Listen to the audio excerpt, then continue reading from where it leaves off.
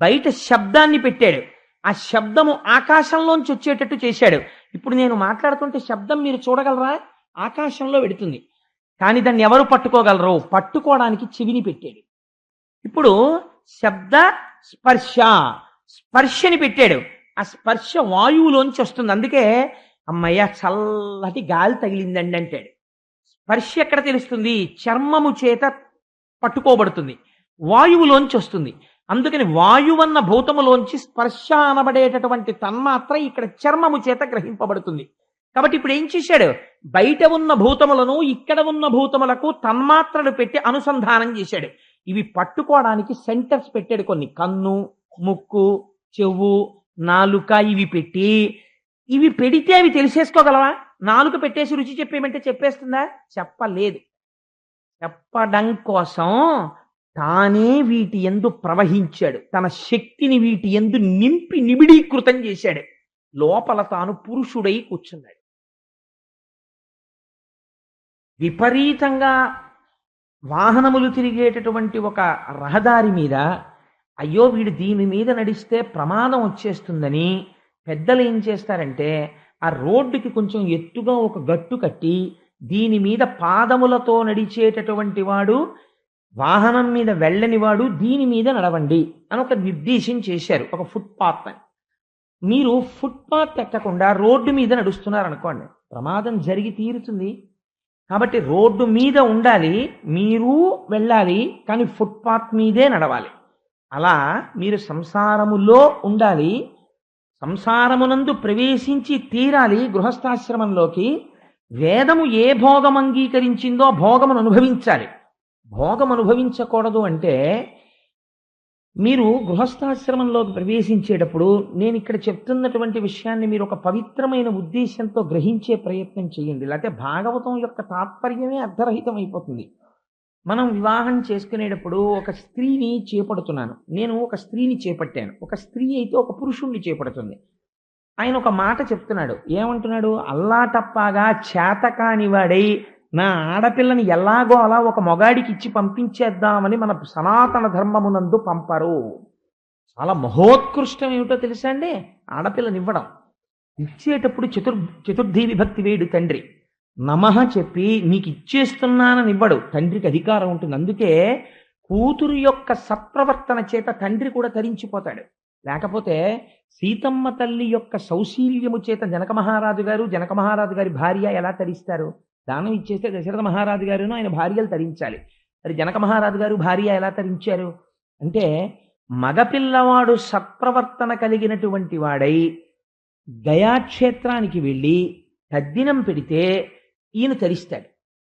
ఆడపిల్ల ఆయన ఒక్క వేపే తరింపచేస్తాడు. కొడుకుకున్న లక్షణం ఏంటంటే తన తండ్రిని మాత్రమే తరింపచేస్తాడు. తన మామగారిని పురుషుడు తరింప చేయలేడు. నేను చేసిన ధర్మం, నేను చేసిన పుణ్యం ఏమైనా ఉంటే నా తండ్రి గారిని తరింప చేయొచ్చు, నా తాతగారిని తరింప చేయొచ్చు, నా మామగారి తండ్రి గారినో ఎవరినో తరింప చెయ్యదు. అదొక పెద్ద లిమిటేషన్ ధర్మంలో. కానీ ఒక ఆడపిల్లకున్న గొప్పతనం ఏమిటో తెలుసా అండి? ఉభయ వంశాల్ని తరింపచేస్తుంది. ఇది మగవాడు చెయ్యలేడు. ఆడపిల్ల ఇక్కడ పుడుతుంది, కన్యాదానం చేసి పంపిస్తాం. పంపించిన తర్వాత వేరొక ఇంటికి కోడలవుతుంది. వేరొక ఇంటికి కోడలై నా కుమార్తె యొక్క సౌశీల్యము చేత, దాని నడువడి చేత అటు అత్తవారి వంశాన్ని ఉద్ధరిస్తుంది, ఇటు నన్ను ఉద్ధరిస్తుంది. ఇద్దరిని ఉద్ధరించగలిగినది ఆడపిల్ల మాత్రమే. మగపిల్లవాడు అలా ఉద్ధరించలేడు. అటువంటి ఆడపిల్లని చేతావాత కాకుండా దొరికాడు కదా అని ఇవ్వరు. మామగారు ఇచ్చేటప్పుడు కన్యాదాత కొన్ని ప్రమాణములను అడుగుతాడు. వీటిని అతిక్రమించకుండా ఉండగలవా అడుగుతాడు. ధర్మేచ, నీవు ధర్మము చేసేటప్పుడు ఈవిడని ఉపకరణముగా తీసుకోగలవా? దేనికిస్తున్నానో తెలుసా? మీ ఇద్దరూ కలిసి ధర్మపథమునందు చెరించి నీ చేతి, నువ్వు నా కుమార్తె యొక్క చేతిని పట్టుకుంటావు. పాణిగ్రహణం అంటారు. అందుకే అరచేతిని అరచేతితో వేళ్ళు కూడా బాగా తగిలేటట్టు రాసి పట్టుకుంటే కొడుకులు కూతుళ్ళు పుడతారు. ఒక్క వేళ్ళు మాత్రమే తగిలితే ఆడ సంతానం పుడుతుంది. అరచెయ్యి ఒక్కటే తగిలి మంత్రం చెప్తున్నప్పుడు వేళ్ళు తగలకపోతే కొడుకులు మాత్రమే పుడతారు. పాణిగ్రహణ మంత్రానికి అంత రహస్యం ఉంది. నేను అరచేతిని అరచేతితో వేళ్ళకి బాగా తగిలేటట్టు రాసి పట్టుకోవాలి, మొహమాటం లేకుండా పాణిగ్రహణం చేసేటప్పుడు.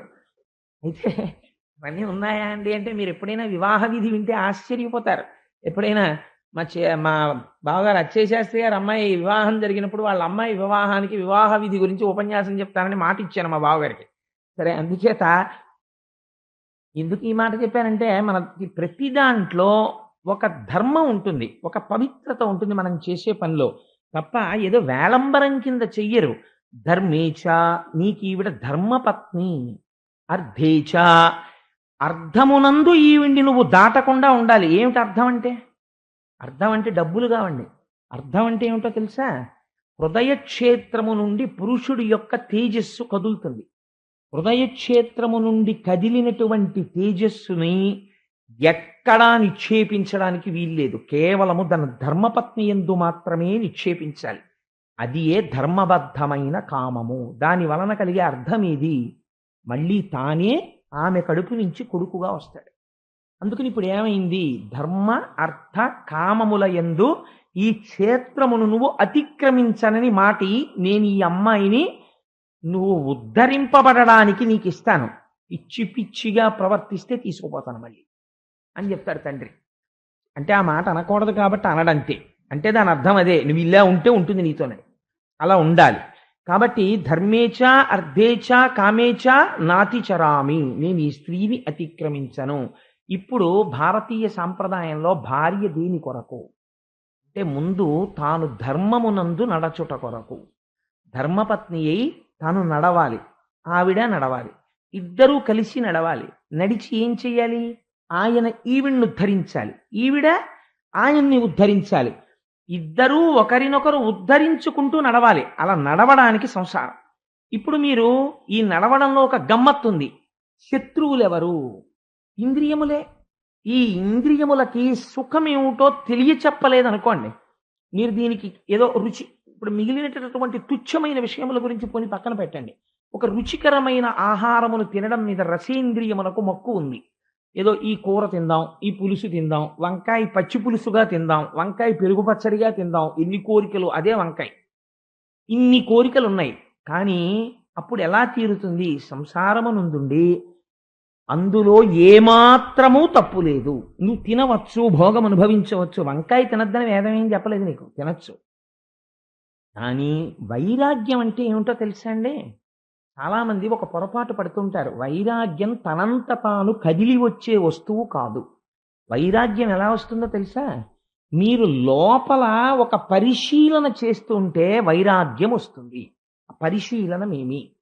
ప్రతి క్షణం జరుగుతూ ఉండాలి. ఉదాహరణ ఒక్కటి చెప్తాను మీకు. నాకు ఏదో ఒక అరటికాయ బజ్జీ అంటే చాలా ఇష్టం అనుకోండి. నాకు ఒక భార్య ఉంది కదా, దాని పని ఏమిటి? శరీరాన్ని పోషిస్తూ ఉంటుంది. అందుకని చాలా చక్కగా అరటికాయ బజ్జీలు వేసి ఓ పచ్చడి చేసి నాకు పళ్ళెంతో తెచ్చిపెట్టింది అనుకోండి. తినేసి ఇంకో పళ్ళెం ఇంకా చేశాను తినండి అని ఇంకా పళ్ళెంలో పోసింది అనుకోండి. నీ మొహం ఇచ్చా ఇంకా తినలేనని పక్కన పారేసి వెళ్ళిపోవడం కాదు. అలా అయితే మీకు ఎప్పటికీ వైరాగ్యం రాదు. బోధలలోంచి వాటిల్లోంచి వైరాగ్యం వస్తుందని మీరు అనుకుంటే పొరపాటు అండి. అలా వచ్చే వైరాగ్యం చాలా లిమిటెడ్, కొద్దిగా వస్తుంది. వైరాగ్యం ఎక్కడి నుంచి వస్తుందో తెలుసా అండి? Through introspection, through self check. మిమ్మల్ని మీరు పరిశీలించుకోవడంలో వస్తుంది.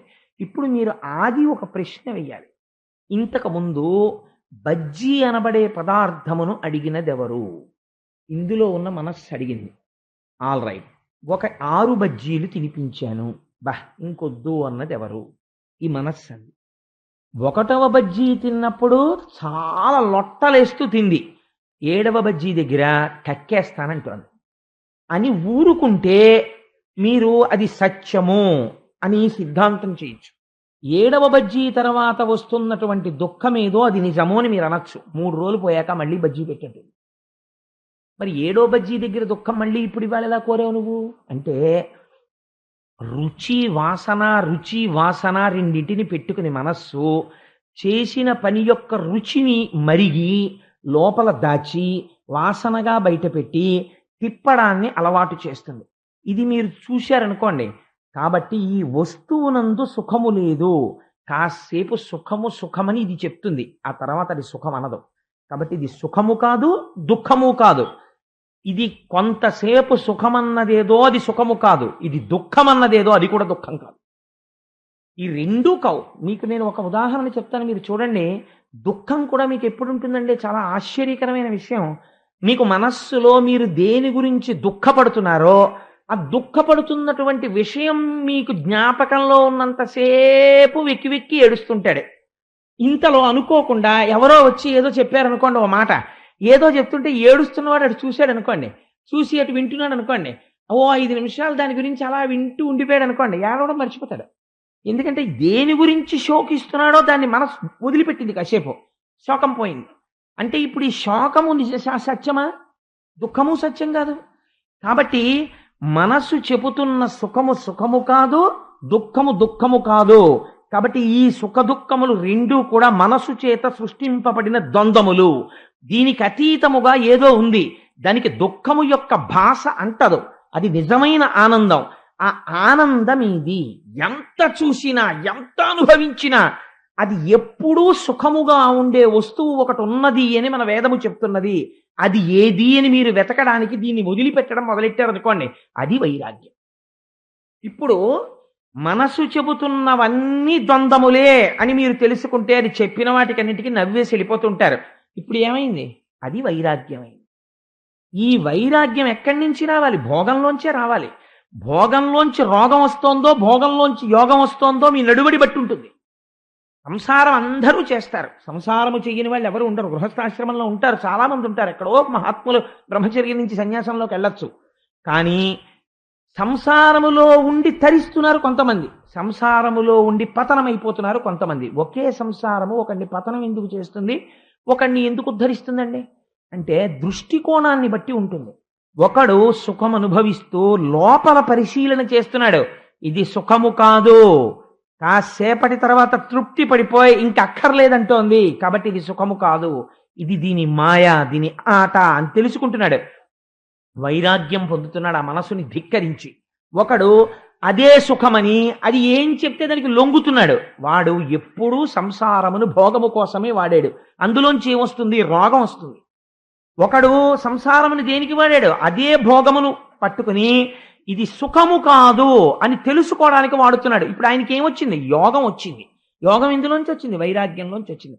ఇప్పుడు చెప్పండి, వైరాగ్యం ఎక్కడి నుంచి వచ్చింది? వైరాగ్యం పైనుంచి రాదు. వైరాగ్యం ఎక్కడి నుంచి వస్తుంది? ఇక్కడి నుంచే వస్తుంది. ఇక్కడి నుంచి ఎలా పుడుతుంది? సడన్ గా అలాగ ఉండడం కాదు, మీ పరిశీలన చేత అది పుడుతూ వస్తూ ఉండడం ప్రారంభం చేస్తుంది. అది మెల్లగా మనస్సే కారణము అని స్థిరమైన నిర్ణయం ఏర్పడిపోతే ఇంటోటో సంపూర్ణముగా మనస్సు చెప్పిన మాటని తిరస్కరిస్తుంది. అప్పుడు గట్టి వైరాగ్య భావన నిలబడుతుంది. దీనికి సంసారమును ఆలంబనముగా చేసుకుని నడుస్తారు కొందరు. సంసారమందలి భోగమునందు మగ్నమైపోతాడు ఒకడు. ఇంతే తేడా. ఇప్పుడు గృహస్థాశ్రమాన్ని ఎలా వాడుకోవాలి? నోటి మాటతో చెప్తే కుదరదు. ఒక మహాత్ముడి జీవితాన్ని మీకు తీసుకొచ్చి చూపిస్తున్నారు వ్యాసుల వారు. అది ఆయన ప్రయత్నం. ఇప్పుడు ఈ కోణంలో మీరు వినండి.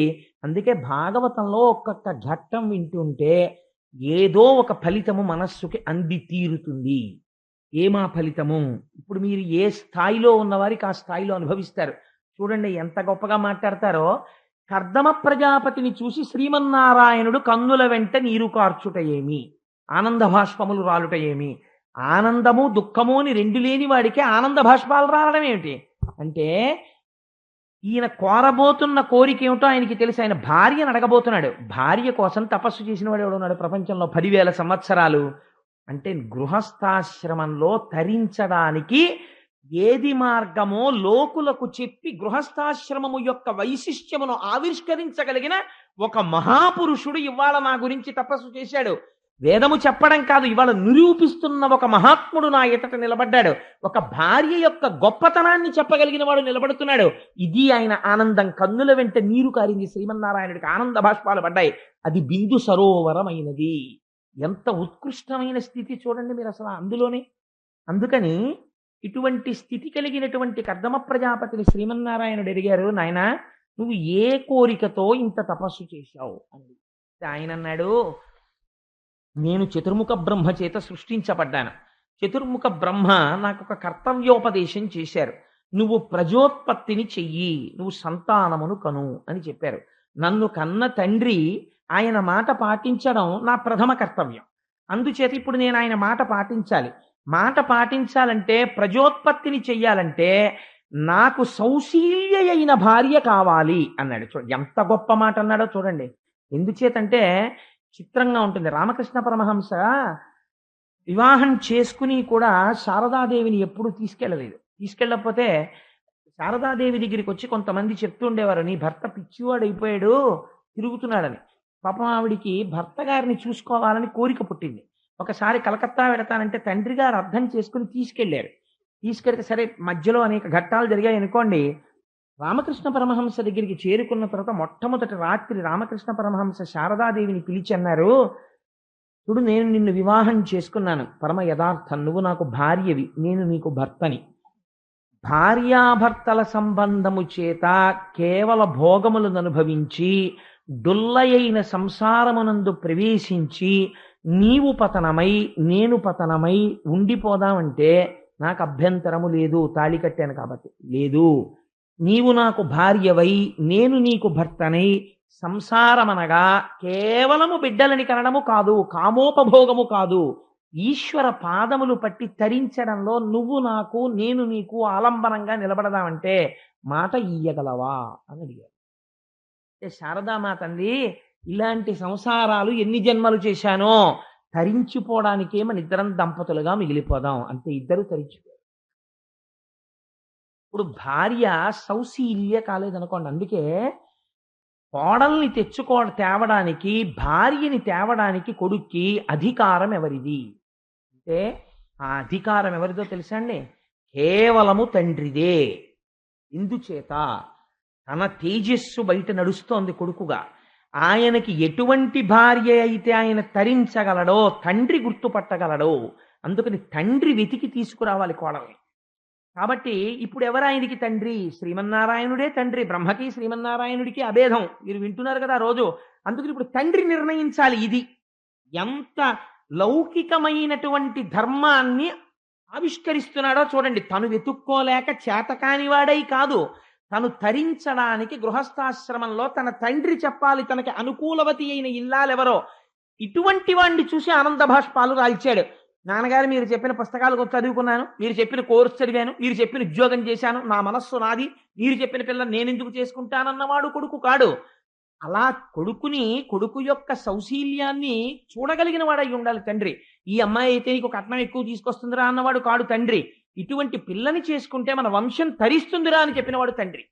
అందుచేత మహానుభావుడు రామాయణంలో అంటారు, ప్రియాతు సీత రామస్య దారాహ పితృకృత ఇతి. రామచంద్రమూర్తికి సీతమ్మ చాలా ఇష్టము. ఎందుచేత? మొదటి కారణమేది? దశరథ మహారాజు గారు తనకి భార్యగా నిర్ణయించారు. మా నాన్నగారికి తెలుసు నేను ఎవరికి భార్యగా ఉండాలో, ఎవరు నాకు భార్యగా ఉండాలో. సీతమ్మని నిర్ణయించారు. అందుకని గౌరవము, తండ్రి యొక్క తీర్పు మీద గౌరవం. అలా ఇప్పుడు ఆయన ఎవరిని అడగాలి? తండ్రిని. నేను గృహస్థాశ్రమంలోకి వెళ్ళమని చిత్రముఖ బ్రహ్మగారు చెప్పారు, కానీ పిల్లని చెప్పలేదు. ఏ పిల్ల నాకు సౌశీల్యవతియో, ఏ పిల్లని నేను చేసుకుంటే తరించగలనో, కేవలము ధర్మేచా అర్థేచా కామేచా నాతిచరామి అని బూట్లు వేసుకుని టై కట్టుకుని కోట్ వేసుకుని పెళ్ళవకముందే రిసెప్షన్ లో పక్క పక్కన కుర్చీల్లో కూర్చుని వచ్చిన పెద్దలకి బూట్లు ఇప్పకుండా నమస్కారాలు పెట్టిన పెళ్లిళ్ళు కావు. ఇలా ఆలోచించిన పెళ్లిళ్ళు. అందుకని ఆయన అన్నాడు, ఎవరిని నేను వివాహం చేసుకోవాలో నిన్ను అడుగుతున్నానయ్యా తండ్రి. నువ్వు నవ్వకు. ఏమిటయ్యా, కల్పవృక్షం లాంటి నేను ప్రత్యక్షమైతే మోక్షం అడగకుండా, వేరొకటి అడగకుండా భార్య కావాలని అడుగుతావేమిటంటావేమో తండ్రి. కాలమునందు భోగమే మనిషిని పాడు చేస్తుంది. ఆ భోగము పాడు చెయ్యకుండా నాతో కలిసి నడవగలిగినటువంటి సౌశీల్యవతి నాకు కావాలి. సంసార సంబంధమైనటువంటి భోగమును అనుభవించాలి, కానీ ఇద్దరం తరించగలగాలి. అది కదా ధర్మపత్ని అంటే. ఇద్దరము తరించడానికి అనుకూలమైన మనః పరిణతి కలిగినటువంటి సౌశీల్యవతి అయినటువంటి ఒక ఇల్లాలిని నాకు నువ్వు కుదుర్చు అని అబ్బో అద్భుతమైన స్తోత్రం చేశాడు. చేస్తే ఆయన అన్నారు, నేను కూడా నువ్వు ఈ కోరిక అడుగుతావని తెలుసు. ఆయనకి తెలియదండి, సమస్త చరాచర ప్రపంచమునందు నిండి నిబిడీకృతమైన వాడికి విష్ణువు అని పేరు. మొన్న స్వామి చెప్పారు కదా, వ్యాపకత్వము కలిగి ఇందులో అందులో అని మీరు చెప్పడానికి వీలు లేకుండా అంతటా నిండిపోయిన వాడెవరో, అంతర్బహిష్ట తత్సర్వం వ్యాప్య నారాయణ స్థితః. లోపల బయట నిండిపోయిన వాణ్ణి నారాయణుడని పిలుస్తారు. అంతటా నిండిపోయిన వాణ్ణి ఒక రూపంతో కనపడమని అడిగితే అది తపస్సు. అలాంటి వాళ్ళని అనుగ్రహించడానికి ఆయన ఒక రూపంతో కనపడతాడు. ఒక రూపంతో కనపడ్డాడు, కనపడితే స్తోత్రం చేశాడు. నల్ల కలువలా ఉన్నటువంటి నీ స్వరూపానికి నమస్కారం, నీ చేతిలో ఉన్నటువంటి శంఖచక్ర గదా పద్మములకు నమస్కారం, నీ పాద పద్మములకు నమస్కారం. తండ్రి, నువ్వు వేదము చేత స్తుతింపబడిన వాడివి, మాంసనేత్రము చేత చూడబడని వాడివి, అంతటా నిండి నిబిడీకృతమైన వాడివి, ఈ లోకములను హేళగా సృష్టించిన వాడివి, వీటిని నిలిపిన వాడివి, తుదకు నీలోనికి తీసుకునేటటువంటి వాడివి. అటువంటి వాడివి నాయందు అనుగ్రహించి నేను చూడడానికి వీలుగా ఒక రూపముతో దర్శనమిచ్చావు, నేను కృతజ్ఞుడను అని నమస్కరించాడంతే భావన. స్తోత్రం అంటే అదే ఉంటుందంటే దాని తీర్పు. నమస్కరిస్తే ఆయన అన్నాడు, నాకు చాలా సంతోషం కలిగిందో కర్దమ ప్రజాపతి, నీ స్తోత్రానికి నీ మాటకి నీకు కావలసిన భార్యని నిర్ణయించాను.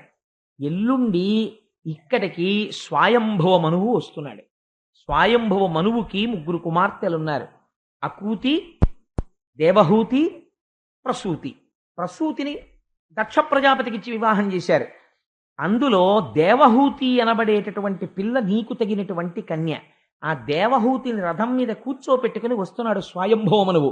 నిన్ను అడుగుతాడు, పిల్లనిస్తాను స్వీకరించమని. ఆ పిల్లని స్వీకరించు, మీరిద్దరూ గృహస్థాశ్రమంలో తరిస్తారు అని ఆశీర్వదించి స్వామి తనతో వచ్చినటువంటి గరుడ వాహనం మీద కూర్చుని గరుడ వాహనము యొక్క రెక్కల సవ్వడి వినపడుతుండగా వెళ్ళిపోయాట. మీకు ఎంత గమ్మత్తుగా చెప్తారంటే వ్యాసుల వారు, ఒక విమానం వెళ్ళిపోతున్నప్పుడు వచ్చేటటువంటి టేక్ ఆఫ్ సౌండ్ వేరు. మన మిమిక్రీ చేసేవాళ్ళు అందుకే విమానం ఎగిరిపోతే ఎలా ఉంటుంది అన్న ధ్వని చేస్తారు. అది మనకి గమ్మత్తుగా ఉంటుంది. ఎప్పుడు మనం ఎక్కలేదు కాబట్టి, లేకపోతే ఎక్కిన మహాత్ములు ఉండొచ్చు అనుకోండి, ఓహో విమానం వెళ్ళిపోతే అలా ఉంటుందా అని వింటుంటాం. కానీ గరుడ వాహనం వెళ్ళిపోతుందట, రెక్కలు అల్లారుస్తూ ఇలాగా వెళ్ళిపోతుంటే గరుడు రెక్కలు కదుపుతున్నప్పుడు వచ్చిన శబ్దం ఏమిటో తెలుసా అండి? ఒక రెక్కలోంచి ఋగ్వేదము, ఒక రెక్కలోంచి సామవేదము కర్దమ ప్రజాపతి విన్నట్ట. అంటే ఇప్పుడు గరుడ వాహనం అంటే ఒక పక్షి కాదు, వేదమే. వేదము చేత ప్రతిపాదింపబడిన బ్రహ్మమే శ్రీమన్నారాయణుడు. కాబట్టి అది పైకి స్థూలంగా దర్శనం ఇచ్చినప్పుడు గరుడ వాహనం మీద ఉంటాడు. ఆ గరుడ వాహనం వెళ్ళిపోతున్నప్పుడు రెక్కలు అల్లారిస్తే వచ్చే ధ్వని ఏమిటి? వేదధ్వని వచ్చింది. ఆ రుక్ సామవేద మంత్రములను కర్దమ ప్రజాపతి విని పొంగిపోయాట. ఇటువంటి స్థితి ఎంతమందికి దక్కుతుంది చూడండి. ఇటువంటి స్థితిలో ఉన్న కర్దమ ప్రజాపతి నిర్మించుకున్నటువంటి ఆ ఆశ్రమ వాటిక ఎంత అందంగా ఉంటుందో చెప్తారు. అందు తమాల సాల వకుళార్జన నింబ కదంబ పాటలీ చందన నారికేళ ఘనసార శిరీష లవంగ లుంగ మాకంద చందన క్రిముక కాంచన బిల్వ కపిత్థ మల్లికాకుంద మధుక మంజుల నికుంజములందన రారి వెండియున్.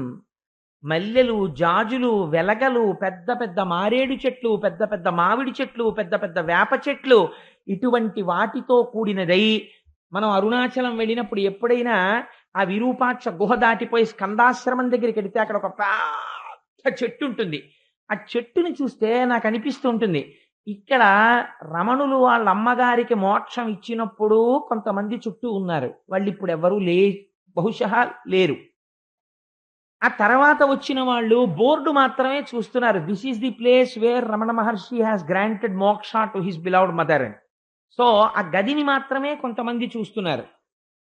కానీ రమణ మహర్షి వాళ్ళ అమ్మగారికి మోక్షం ఇస్తున్నప్పుడు చూసిన దానివి నువ్వే. అప్పుడు చిన్న చెట్టుగా ఉన్నావు. ఆ తర్వాత ఇక్కడ స్కంధాశ్రమాన్ని ఇలా అందరూ చూడడానికి వీలుగా కడుతున్నప్పుడు నువ్వు ఉన్నావు. ఇప్పుడు మేము వచ్చి చూస్తున్నప్పుడు నువ్వు ఉన్నావు. ఇంతమంది యొక్క అనుభూతులను చూడడానికి సాక్షిగా ఉన్నదానివి నువ్వు ఒక్కదానివి. నీవే నిజమైన పరబ్రహ్మానివి అని నేను ఆ పెద్ద చెట్టుకి నమస్కారం చేస్తుంటాను అప్పుడప్పుడు స్కందాశ్రమంలో. అలాగా ఇన్ని రకాల చెట్లతో ఉంటే నిజంగా అది ఎంత పైకి వర్ణించడం కాదండి. మనం అంటే ఇవాళ చెట్టు అనేటటువంటి దాని అందం ఏమిటో మనకి ఏం తెలుసు అసలు? శబరిమలై వెడితే చూడాలి చెట్ల అందం అంటే ఏమిటో. ఇంతంత మానుతో 2 చేతులతో ఇలా కౌగిలించుకుందామంటే 2 చేతులు ఇంతకన్నా పట్టవు.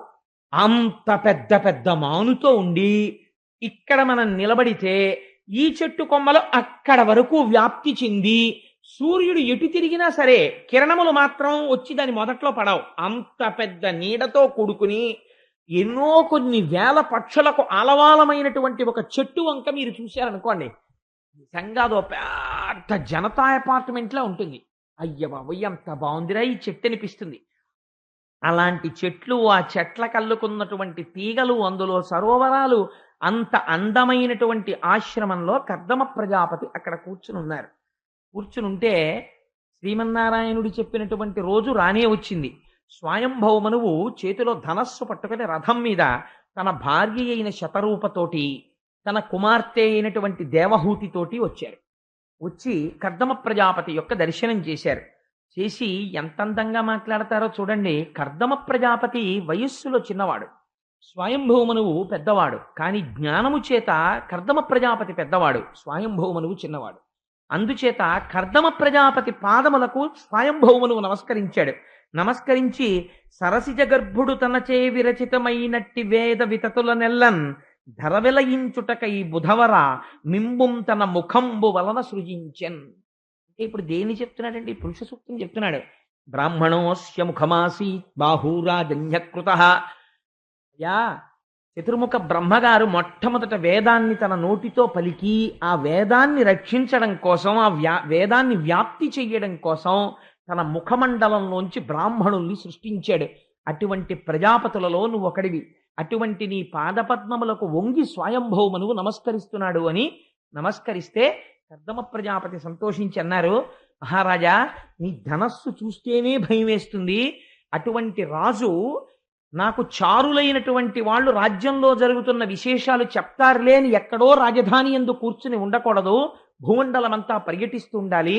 ధర్మాన్ని నాలుగు చెరగులా స్థాపించడం కోసం ధనస్సు చేతపట్టి నువ్వు తిరుగుతున్నావు. చాలా సంతోషం కలిగింది. కానీ ఇక్కడ ధర్మాన్ని స్థాపించడానికి ఏముంటుంది? తపస్సు చేసుకునే ఆశ్రమంలో నువ్వింత ప్రయత్నపూర్వకంగా భార్యతో కుమార్తెతో కలిసిన ఆశ్రమానికి వచ్చావంటే నువ్వు చెప్పవలసినది ఏదో ఉందని నేను అనుకుంటున్నాను. అది నువ్వు నిర్భయంగా ప్రకటముగా చెప్పవచ్చు, నీకేమీ బెంగలేదు అంటే లైన్ క్లియర్ చేశారు.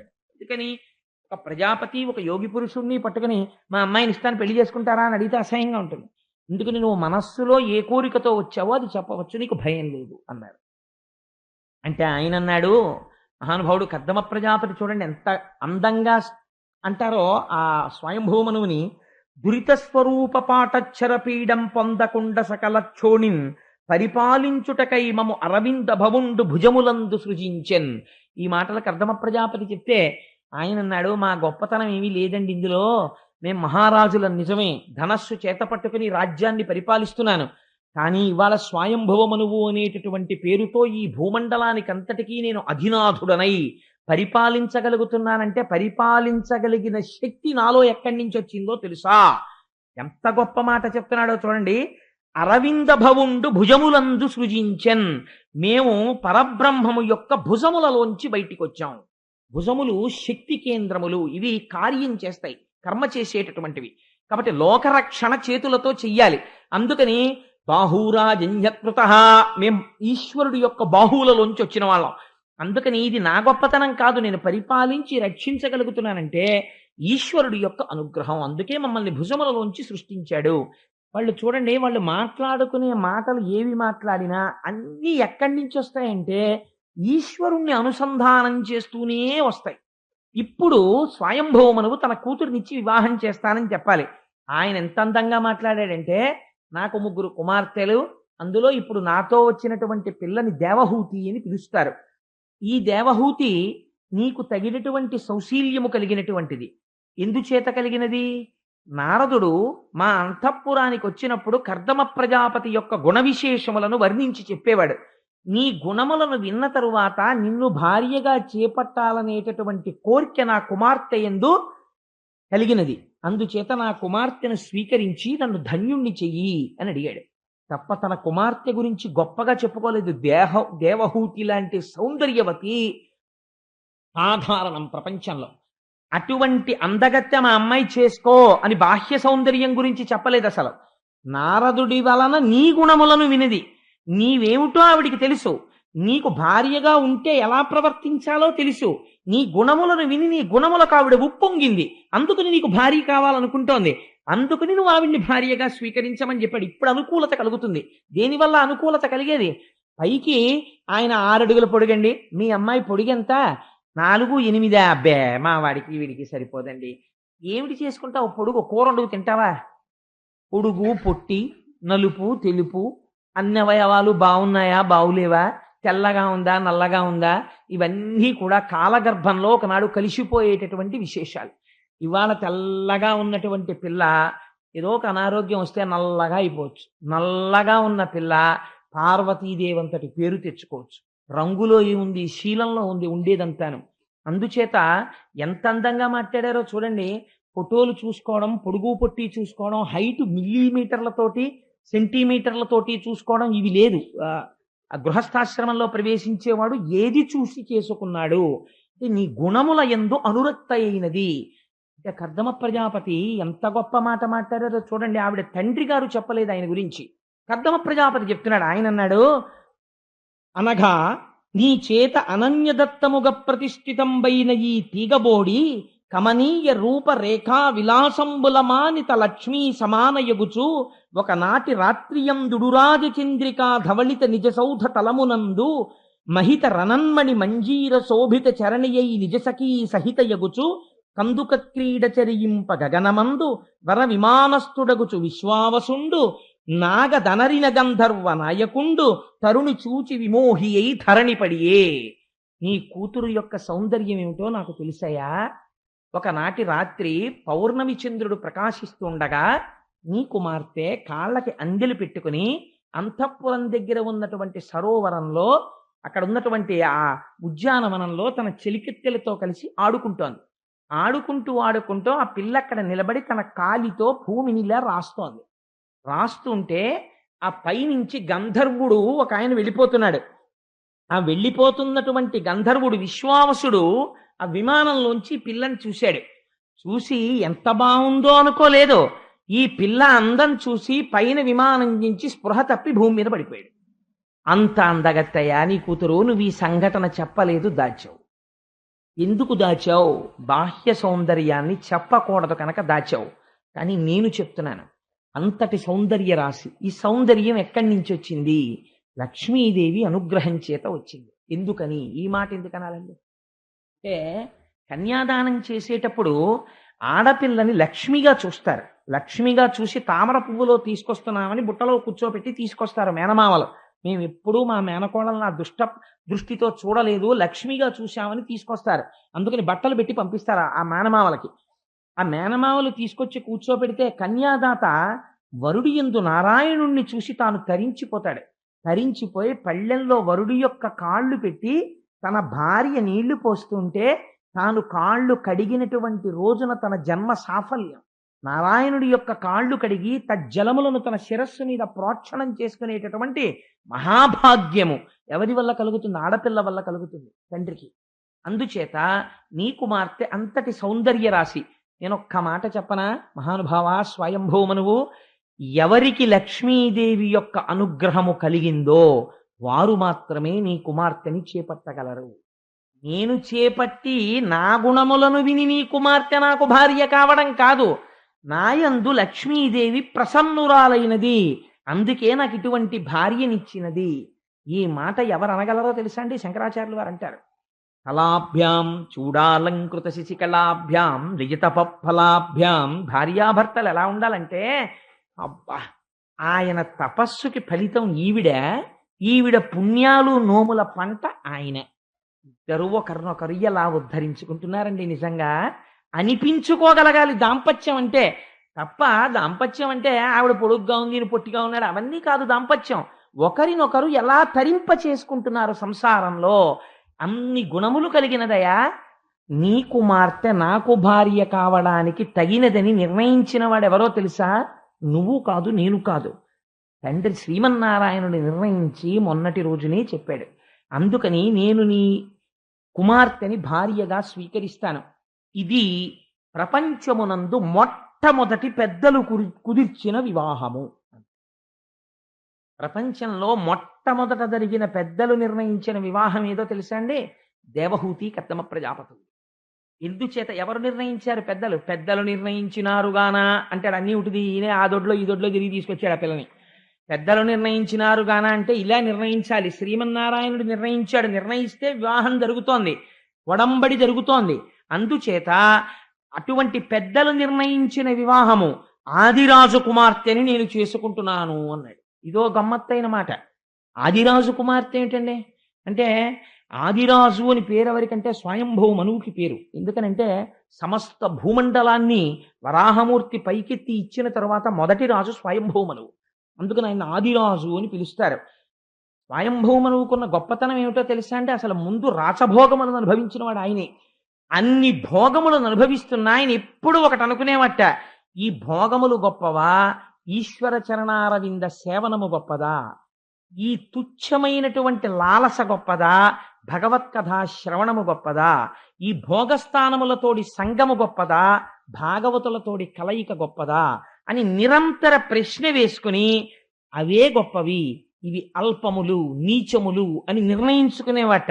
అందుకే ఆయన్ని ఆదిరాజు అని పిలిచారు. ఆదిరాజు అని ఇంటి పేరున్న వాళ్ళందరికీ బహుశా ఈ లక్షణం ఉంటుందేమో. వాళ్ళు ఎంతంత పెద్ద పెద్ద ఉద్యోగాలు చేసినా, ఎంతంత చదువులు చదువుకున్నా అంత నిరాడంబరంగా, అంత పెద్ద మనిషి తరహాగా, అంత భక్తిగా ఉంటారులా ఉంది. చిత్రం చూసారా మీరు? ఇన్నాళ్ళు లేదు. ఇవాళ ఆదిరాజు గురించి ఉపన్యాసంలో వచ్చే రోజున నాకు పూలదండ వేసిన వారు ఆదిరాజు ప్రకాశరావు గారు. అలా వెయ్యాలని నిర్ణయించిన వాడు గోపాలకృష్ణుడు. ఏమంటారు దీన్ని? ఇది నేనైతే అనుకుంటాను, ఇది ఈశ్వరానుగ్రహము అనుకుంటాను. అందుకని ఆదిరాజు అని బిరుదు ఆయనకి, స్వయంభవ మనువుకి. ఇది పెద్దలు నిర్ణయించిన మొట్టమొదటి వివాహం. కాబట్టి ఇప్పుడు ఎందుకు ఆ మాట అనాలండి అంటే, ఈ వివాహం మనందరికీ మార్గదర్శకం. ఇప్పుడు ఇది పండుతుందా పోతుందా? నువ్వెవడివి? కాలేజీలోనూ ఇంకో క్లబ్లోనూ పెద్దలు నిర్ణయించిన పెళ్లిళ్ళు మంచివా, ప్రేమ పెళ్లిళ్ళు మంచివా అని డిబేటింగ్ కాంపిటీషన్ పెట్టడానికి వ్యాసుడు ఎప్పుడో చెప్పాడు. ఏది మంచిదో ఆయన నిర్ణయించి చెప్పేశాడు. ఇంకా నీ డిబేటింగ్ ఎందుకు? నీ అల్పజ్ఞానంతో నీకేమైనా చేతనైతే భాగవతం చదువుకోసారి వెళ్ళి చతుర్థ స్కంధం. నీకు చేత కాకపోతే నోరు ముసుగు కూర్చో. పిచ్చ డిబేటింగ్ కాంపిటీషన్ పెట్టకు, పిల్లల్ని పాడు చేసేయి. కాబట్టి ఇది మొదటి వివాహము. కాబట్టి ఇప్పుడు మీరు ఏం చేయాలి? ఇక్కడి నుంచి గమనించడం మొదలెట్టాలి. ఓహో, ఇది ఫెయిల్ అయిందా, సక్సెస్ అయిందా? సక్సెస్ అవ్వడం అంటే ఏమిటి? ఓ 3 పిల్లలు పుట్టారు, కొడుకులు పుట్టారు, కూతుళ్ళు పుట్టారు, ఇంటికి ఏసీ ఉంది, కారు ఉంది, అన్నీ ఉన్నాయి, కాబట్టి ఇద్దరు చాలా సంతోషంగా ఉన్నారు. ఇట్స్ సక్సెస్ అని మిమ్మల్ని తీర్మానం చేయమని కాదు. నేను ముందే చెప్పాను, గృహస్థాశ్రమంలో ఎందుకు ప్రవేశించారు? ఇద్దరు ఒకరిని ఒకరు తరింప చేసుకోవడానికి ప్రవేశించారు. అలా తరింప చేసుకోగలిగారా? ఇది మీరు నిర్ణయం చెయ్యాలి. ఇందులో శ్రీమన్నారాయణుడు మీరు తరించగలరు అనడానికే నీకు తగిన అనుకూలమైన భార్య పెద్దల చేత నిర్ణయింపబడుతోంది. కాబట్టి మీ వివాహము ఖచ్చితంగా తరింపచేస్తుంది. ఎలా? ఆయన ఒక వరం ఇచ్చాడు. ఏమిటి ఆ వరము? నేనే నీ కడుపున కొడుకుగా పుడతాను అని చెప్పాడు. ఇది న్యాయం అండి, ఇది యథార్థం. ఎందుచేత? తండ్రి మళ్ళీ తానే కొడుకుగా వస్తున్నాడు, మళ్ళీ ఆ కొడుకు ఏం చేస్తున్నాడు?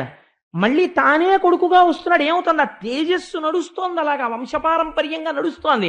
అందుకని ఎవరు రావాలి? ఎవరు మొట్టమొదటి వాడో వాడు రావాలి. ఇప్పుడు మళ్ళీ అందుకు తాతగారి పోలుకో తండ్రి గారి పోలుకో రావాలి. అందుకని ఆ నారాయణుడుకు కర్దముడికి అభేదం, ఇద్దరు ఒకటే, తండ్రి కొడుకు ఒకటైపోయినప్పుడు అందుకని మళ్ళీ నారాయణుడే పుట్టాలి కడుపున. అందుకుని నేనే నీ భార్య కడుపున 10 నెలలు పడుకుని బయటికి వస్తానయ్యా. ఎంత విజయం చూడండి ఇది నిజంగా కర్దమ ప్రజాపతికి. ఇది గృహస్థాశ్రమం యొక్క విజయము అని చెప్తే సంతోషపడిపోయారు. చిత్రం ఏమిటో తెలుసా అండి? స్వయంభువ మనువు పిల్లనివ్వలేదు కర్దమ ప్రజాపతి. ఈయన కర్దమ ప్రజాపతి ఇన్ని మాటలు చెప్తే, స్వయంభువ మనువు ప్రపోజ్ చేస్తే ఆయన ఒప్పుకుంటే తన కూతురి వంక చూశాడు. కూతురు చాలా చిరునవ్వు నవ్వుతూ తన సంతోషాన్ని వ్యక్తం చేసింది. ఇవ్వలేదు పిల్లని. శతరూప చెయ్యి పట్టుకుని పక్కకి తీసుకెళ్ళాడు. నీకు అంగీకారమేనా అని అడిగాడు.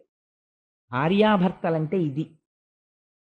ఎంత చిన్న విషయం అవనివ్వండి, అది ఆ చిన్న విషయం కూడా భార్యకి చెప్పకుండా ఉండలేక, అయ్యో దానికి చెప్పకుండా ఉండడమా అని తనకి కలిగిన చిన్న సుఖం, చిన్న దుఃఖం, చిన్న కష్టం, చిన్న సంతోషం కూడా భార్యతో చెప్పుకోవడంలో ఆనందం పొందేటట్టుగా అనువర్తించి నడిచినటువంటి భార్య, భర్తని గెలుచుకున్న భార్య స్వాధీన వల్లభ. అందుకే శంకరుడు పార్వతీదేవికి చెప్పకుండా ఎవరికీ చెప్పడేది. అలా గెలుచుకుంది ఆవిడ. అలా గెలుచుకోగలిగితే స్వాధీన వల్లభ ఆవిడ భార్య అంటే. ఆయన అసలు ఆవిడ పేరు ఉట్టినే తలుచుకుంటూ ఉంటాడు, అన్నీ చెప్తాడు. ఎందుకు అలా పసిపిల్లాళ్ళ వెళ్ళి చెప్పడం? లొంగిపోయి కాదు, ఆవిడ తనని అలా గెలుచుకుంది. ఇక్కడ సింహాసనంలో అధిష్ఠితురాలైంది. తన ప్రేమతో ఆయన్ని గెలుచుకుంది. ఆయనకి మార్గదర్శకత్వం చేస్తుంది. ఆయన ఎప్పుడైనా పొరపాటు పడితే అలా చేయకండి, తప్పు, మీరు ఇలా ప్రవర్తించండి అని ఆయన జీవితాన్ని ఉద్ధరించే బాట చూపిస్తుంది. అందుకే భార్య కేవలం దాసి కాదు, కార్యేషు ఆవిడ కార్యేషు దాసి కరణేషు మంత్రి రూపేచ లక్ష్మి క్షమయా ధరిత్రి. అందుకని ఆవిడ ఎన్ని రకాలుగా సేవిస్తుందో. భార్యకున్నటువంటి స్థానం, స్త్రీకున్నటువంటి స్థానం ఎంత పరమ పవిత్రంగా ఆవిష్కరించారో చూడండి. శతరూప అంగీకరించిన తరువాత ఉత్తరక్షణ వివాహం, ముహూర్తం కుదిరింది కాబట్టి చేసేసాడు. చేసేస్తే బహుమతులు ఎవరిచ్చారో తెలుసా అండి? స్వయంభూ మనువు ఇవ్వలేదు, అత్తగారు ఇచ్చింది అల్లుడికి. ఈ ప్రేమ అంటే మామగారు ఇవ్వడం కాదు, అత్తగారు మధుపర్కం ఇస్తుంది. మధుపర్కం ఇచ్చింది కాబట్టి అత్తగారికి అధికారం ఉంది.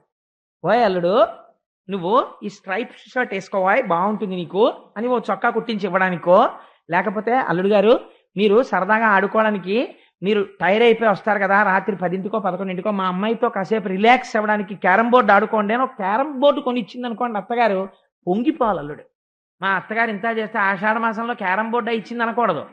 నా మానసికోల్లాసానికి క్యారమ్ బోర్డు కొనిచ్చింది మా అత్తగారిని పొంగిపోవాలి. ఎందుకలాగా అంటే తన కొడుకు ఎలా సంతోషించాలి, ఆడుకోవాలి, ఆనందంగా ఉండాలని చూస్తుందో అలా చూస్తుంది. మీకు చిత్రం ఏమిటో తెలుసా అండి? కర్దమ ప్రజాపతి లాంటి యోగి పురుషుడికి అత్తగారైనటువంటి శతరూప ఇచ్చిన బహుమానాల్లో ఏమున్నాయో తెలుసా? క్రీడా పరికరాలు ఉన్నాయి, ఆడుకునే ఆట వస్తువులు.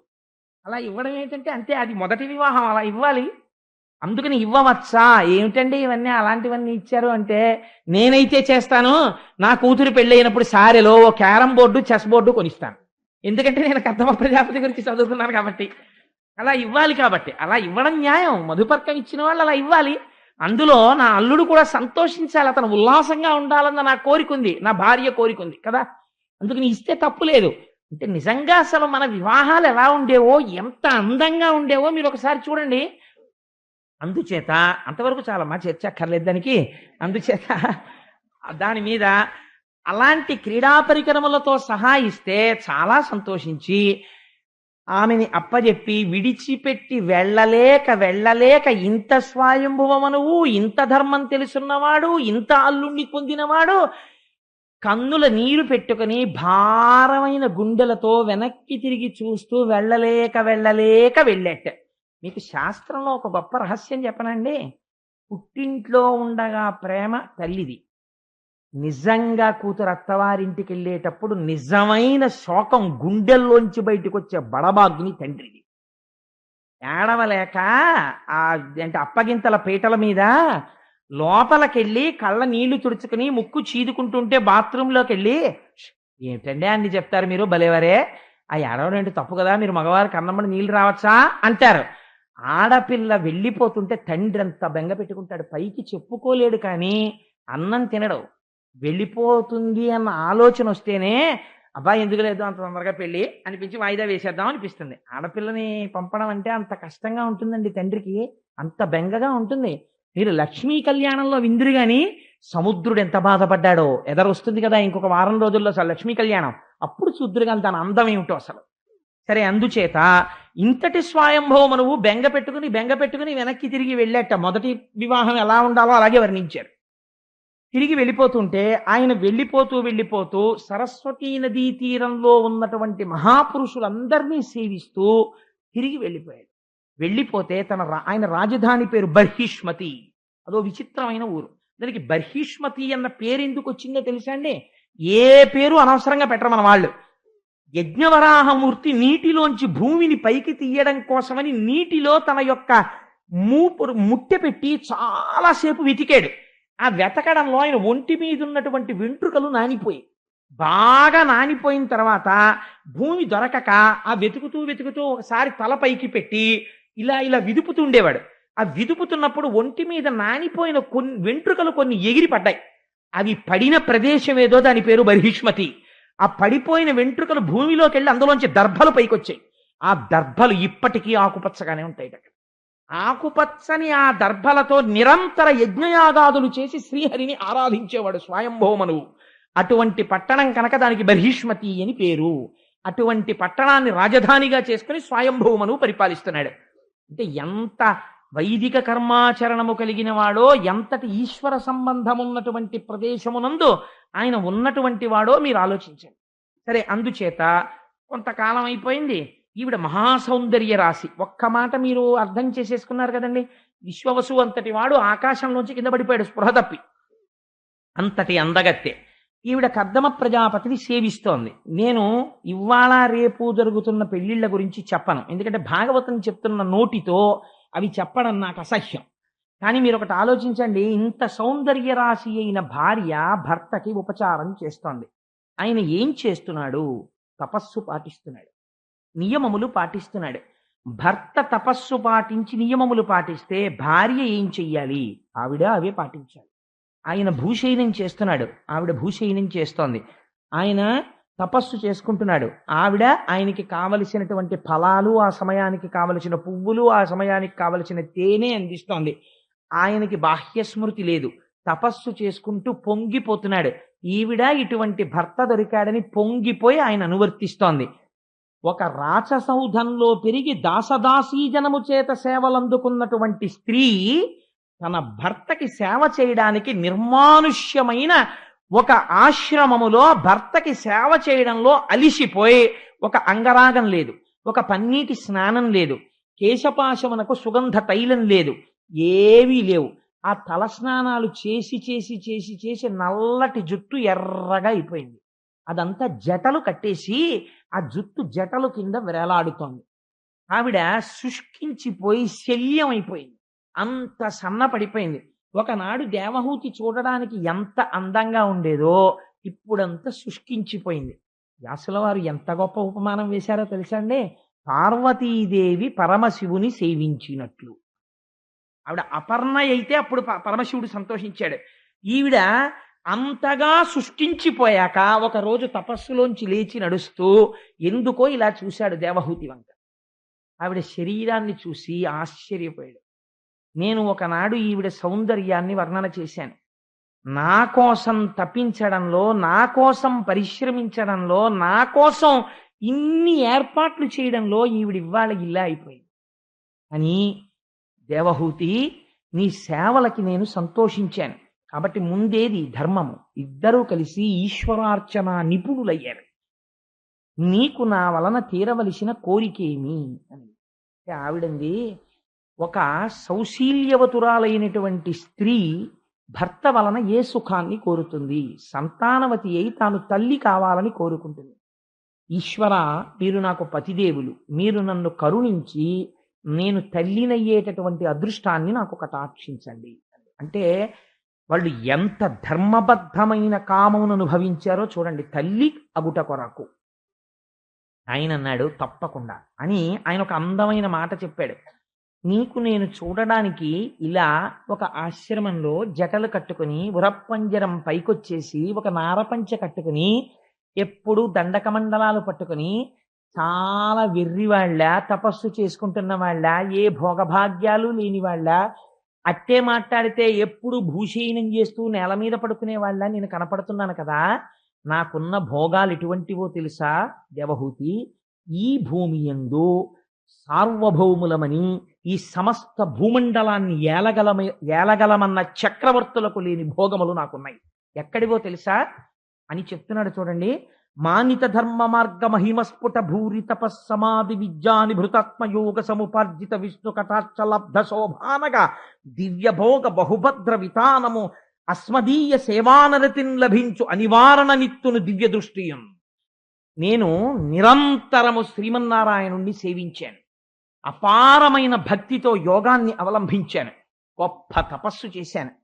దాని చేత నాకు ఈశ్వరానుగ్రహంగా యోగశక్తి చేత కల్పింపబడవలసినటువంటి భోగోపకరణములు ఉన్నాయి. అవి సామాన్యులకు దొరికేటటువంటివి కావు. వాటిని నేను నా తపశ్శక్తితో సృజిస్తున్నాను. అవి ఇతరులకు కనపడవు కూడా. అటువంటి వాటిని చూడడానికి వీలైన దివ్య దృష్టిని నీకు ఇస్తున్నాను, చూడా భోగోపకరణములనని దివ్య దృష్టిని ఇచ్చాడు. ఇస్తే ఆవిడ తెల్లపోయింది. ఒక పెద్ద భవనం ఒకటి వచ్చింది.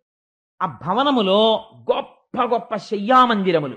ఆ శయ్యామందిరమునకు ఏనుగుల యొక్క దంతములతో చేయబడినటువంటి కోళ్ళు, వాటి మీద మంచి మంచి ఆస్తరణములు, వాటి మీద పరచబడినటువంటి వస్త్రములు, కట్టుకోవడానికి వీలుగా వేలాడుతున్నటువంటి పట్టు చీనాంబరములు, బంగారము వెండితో చేయబడిన స్తంభములు, వజ్ర వైఢూర్య మరకత మాణిక్యములు వాటికి తాపడం చేయబడ్డాయి. లోపల శయనాగారములు, మళ్ళీ బయటికి వచ్చేటప్పటికి ప్రాంగణములు, అంటే మనం ఇప్పుడు డ్రాయింగ్ రూము హాల్ అంటామే అటువంటి ప్రాంగణములు. అందులో అతిథులు వస్తే కూర్చోడానికి కావలసినటువంటి దివ్యమైనటువంటి తల్పములు, తినడానికి కావలసినటువంటి మధురమైనటువంటి ఆహారములు, తాగడానికి కావలసినటువంటి పానములు, ఒక గొప్ప విమానము, అందులో మళ్ళీ ఒక శయ్య, అందులో కూర్చోడానికి ఆసనములు, ఇవన్నీ కనపడ్డాయి. ఆవిడ తెల్లబోయింది. ఎక్కడ చూసినా పుష్పహారములు, వాటి మీద వాలి గండు తుమ్మెదలు చేస్తున్నటువంటి రొద, ఆ వాటిలోంచి పడుతున్నటువంటి తేనెబొట్లు, వాటి మించి వస్తున్న సువాసన అలా నిలబడిపోయిందంటే ఈ స్థితిలో ఉన్న దేవహూతికి ఉత్తర క్షణంలో ఇవన్నీ కనపడ్డాయి. కనబడితే కర్దమ ప్రజాపతి అన్నాడు, దేవహూతి అదిగో బిందు సరోవరం, అందులో దిగి స్నానం చేసి బయటికి రా అన్నాడు. ఒక్కసారి ఆ శ్రీమన్నారాయణుడి కంటి వెంట పడిన ఆనంద బాష్పముల చేత ఏర్పడిన బిందు సరోవరమునందు ఆ దేవహూతి దిగి స్నానం చేసి పైకొచ్చింది. వచ్చేటప్పటికి పూర్వం దేవహూతి ఎంతటి సౌందర్యంతో ఉండేదో దానికి 10,000 రెట్ల సౌందర్యాన్ని పొందింది. అక్కడ ఒక 1000 మంది దివ్యమైన కాంతలు కనపడ్డారు. వాళ్ళు వచ్చి ఆవిడికి పట్టుపుట్టములు కట్టి, అంగరాగములు నలది, ఆవిడికి చక్కటి కేశపాశమును ముడివేసి, అందులో రకరకాలైన పువ్వులు పెట్టి, రకరకాలైన హారములను అలంకరించి, ఒక నిలువుటద్దం పట్టుకొచ్చి ఆవిడ ముందు పెట్టి, అమ్మా చూసుకోని సోయగం అన్నారు. అద్దంలో దేవహూతి తన సోయగాన్ని తాను చూసుకుని వెంటనే తన భర్తని స్మరించినది. ఎంత ధర్మం ఉందో చూడండి. అందరూ అంతకన్నా నేను వ్యాఖ్యానం చేయక్కర్లేదు. భర్తని స్మరించినది. ఉత్తర క్షణం కర్దమ ప్రజాపతి ప్రత్యక్షమయ్యాడు. ప్రత్యక్షమై మనం ఎవరు అనుభవించని భోగములను అనుభవిద్దాం దా అన్నాడు అని విమానం ఎక్కించాడు. ఆ విమానం ఎటువంటి విమానమో తెలుసా అండి? ఏదో ఏసీ తోటి వాటితోటి భూమి మీద ఉండే ఇల్లు కాదు. అది సమస్త లోకముల మీద ఎవరికీ కనపడకుండా తిరగగలిగినటువంటి విమానం. అటువంటి విమానంలో వాళ్ళు తిరుగుతున్నారు. తిరుగుతూ ఆ భోగములను అనుభవిస్తూ, ఆ మధుర పదార్థములను సేవిస్తూ, ఇద్దరూ ఆనందంగా క్రీడిస్తూ ఆ విమానము మేరుపర్వత శిఖరముల మీద దిగింది. దిగితే దాని చర్యలలోకి వెళ్ళారు. అక్కడ గంధర్వులు, యక్షులు, కిన్నెరులు, కింపురుషులు, దేవతలు ఆ మేరుపర్వతాన్ని చుట్టి వస్తుంటాయి. గ్రహాలన్నీ ఎప్పుడు మన సత్యనారాయణ వ్రతంలో సుబ్రహ్మణ్య శర్మ గారు ఆవాహన చేశారు కదా, రాహుకేతువులు తప్ప మిగిలిన వాళ్ళందరూ ప్రదక్షిణ పురస్సరంగా వస్తుంటారు. ఆ మేరుపర్వత చర్యలలో దేవహూతితో కలిసి కొన్ని సంవత్సరములు అలా భోగములను అనుభవిస్తూనే ఉన్నాడు. ఆ విమానములలో తిరుగుతూనే ఉన్నాడు. సంసారము కూడా అంతే, భోగములను అనుభవిస్తూనే ఉన్నాడు. అలా అనుభవిస్తూ ఉండగానే వాళ్ళకి 90 ఆడపిల్లలు పుట్టారు. 90 ఆడపిల్లలు పుట్టిన తర్వాత 9వ పిల్ల పుట్టిన తర్వాత కర్దమ ప్రజాపతి అన్నాడు, మనం ఎన్నాళ్ల నుంచి భోగం అనుభవిస్తున్నామో నీకు గుర్తుందా దేవహూతి అన్నాడు. అంటే ఆవిడంది, అయ్యో క్షణంలా గడిచిపోయిందండి సమయం.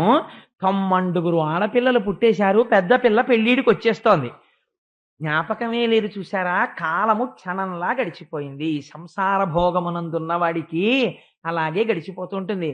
కాలము నడిచి వెళ్ళిపోతూ ఉంటుంది. వృద్ధాప్యం వచ్చేస్తుంది, కొడుకు ఉద్యోగం రావాలి, మనవణ్ణి చూడాలి, కోరికలు కోరుతూనే ఉంటాడు. కాలం నడిచిపోతుంది, శరీరం జర్జరీభూతం అయిపోతుంది.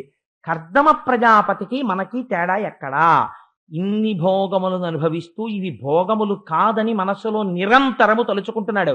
వైరాగ్యము బాగా ఏర్పడుతోంది. అస్తమానం భార్య దగ్గరికి వెళ్ళి ఏమిటి భోగాలని ఆయన ఏం అనలేదు, అలా అనక్కర్లేదు కూడా. ఇక్కడ ఉండాలంతే వైరాగ్యం.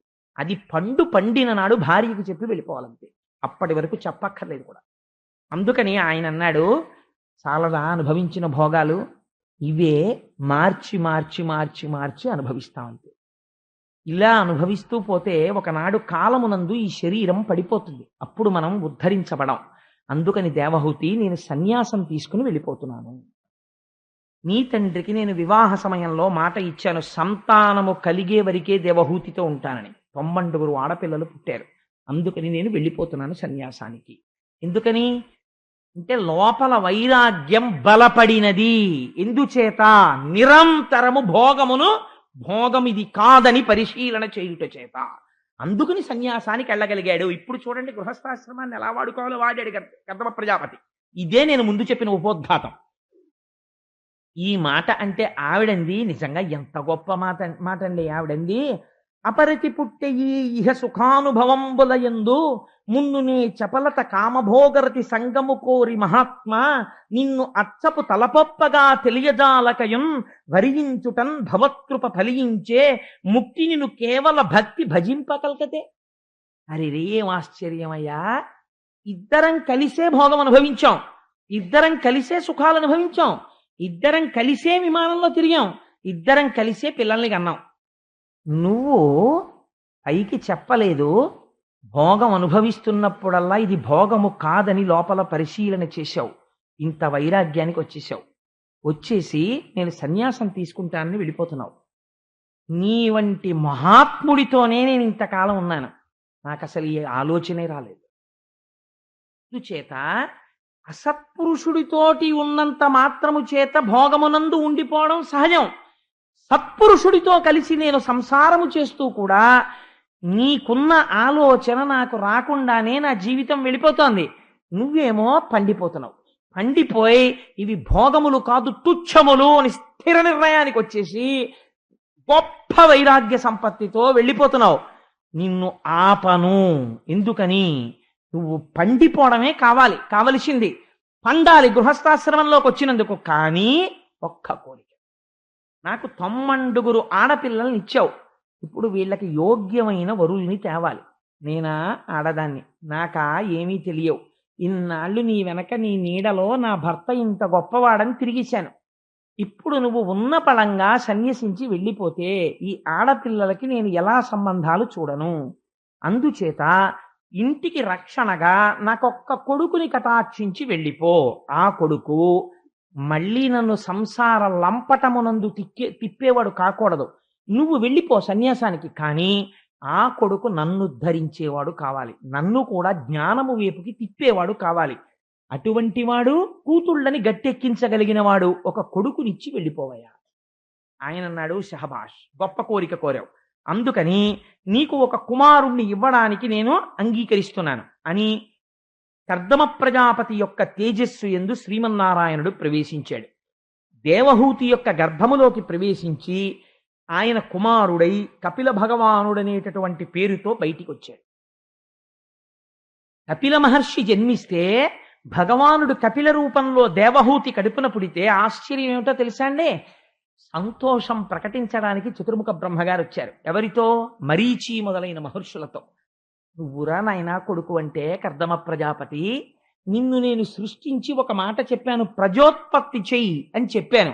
నువ్వు కేవలము ప్రజోత్పత్తి చేస్తూ ఉండిపోలేదు, గృహస్థాశ్రమములోనికి వెళ్ళి ప్రజోత్పత్తి చేసి ధర్మబద్ధమైన భోగమును భవించి భోగమును విచారణ చేసి వైరాగ్యమును పొంది వైరాగ్యము వలన సన్యసించుటకు సిద్ధపడి భార్య కోరిక తీర్చడానికి కొడుకుని జనింపచేసి ఈశ్వరుణ్ణి కొడుగ్గా పొందావు.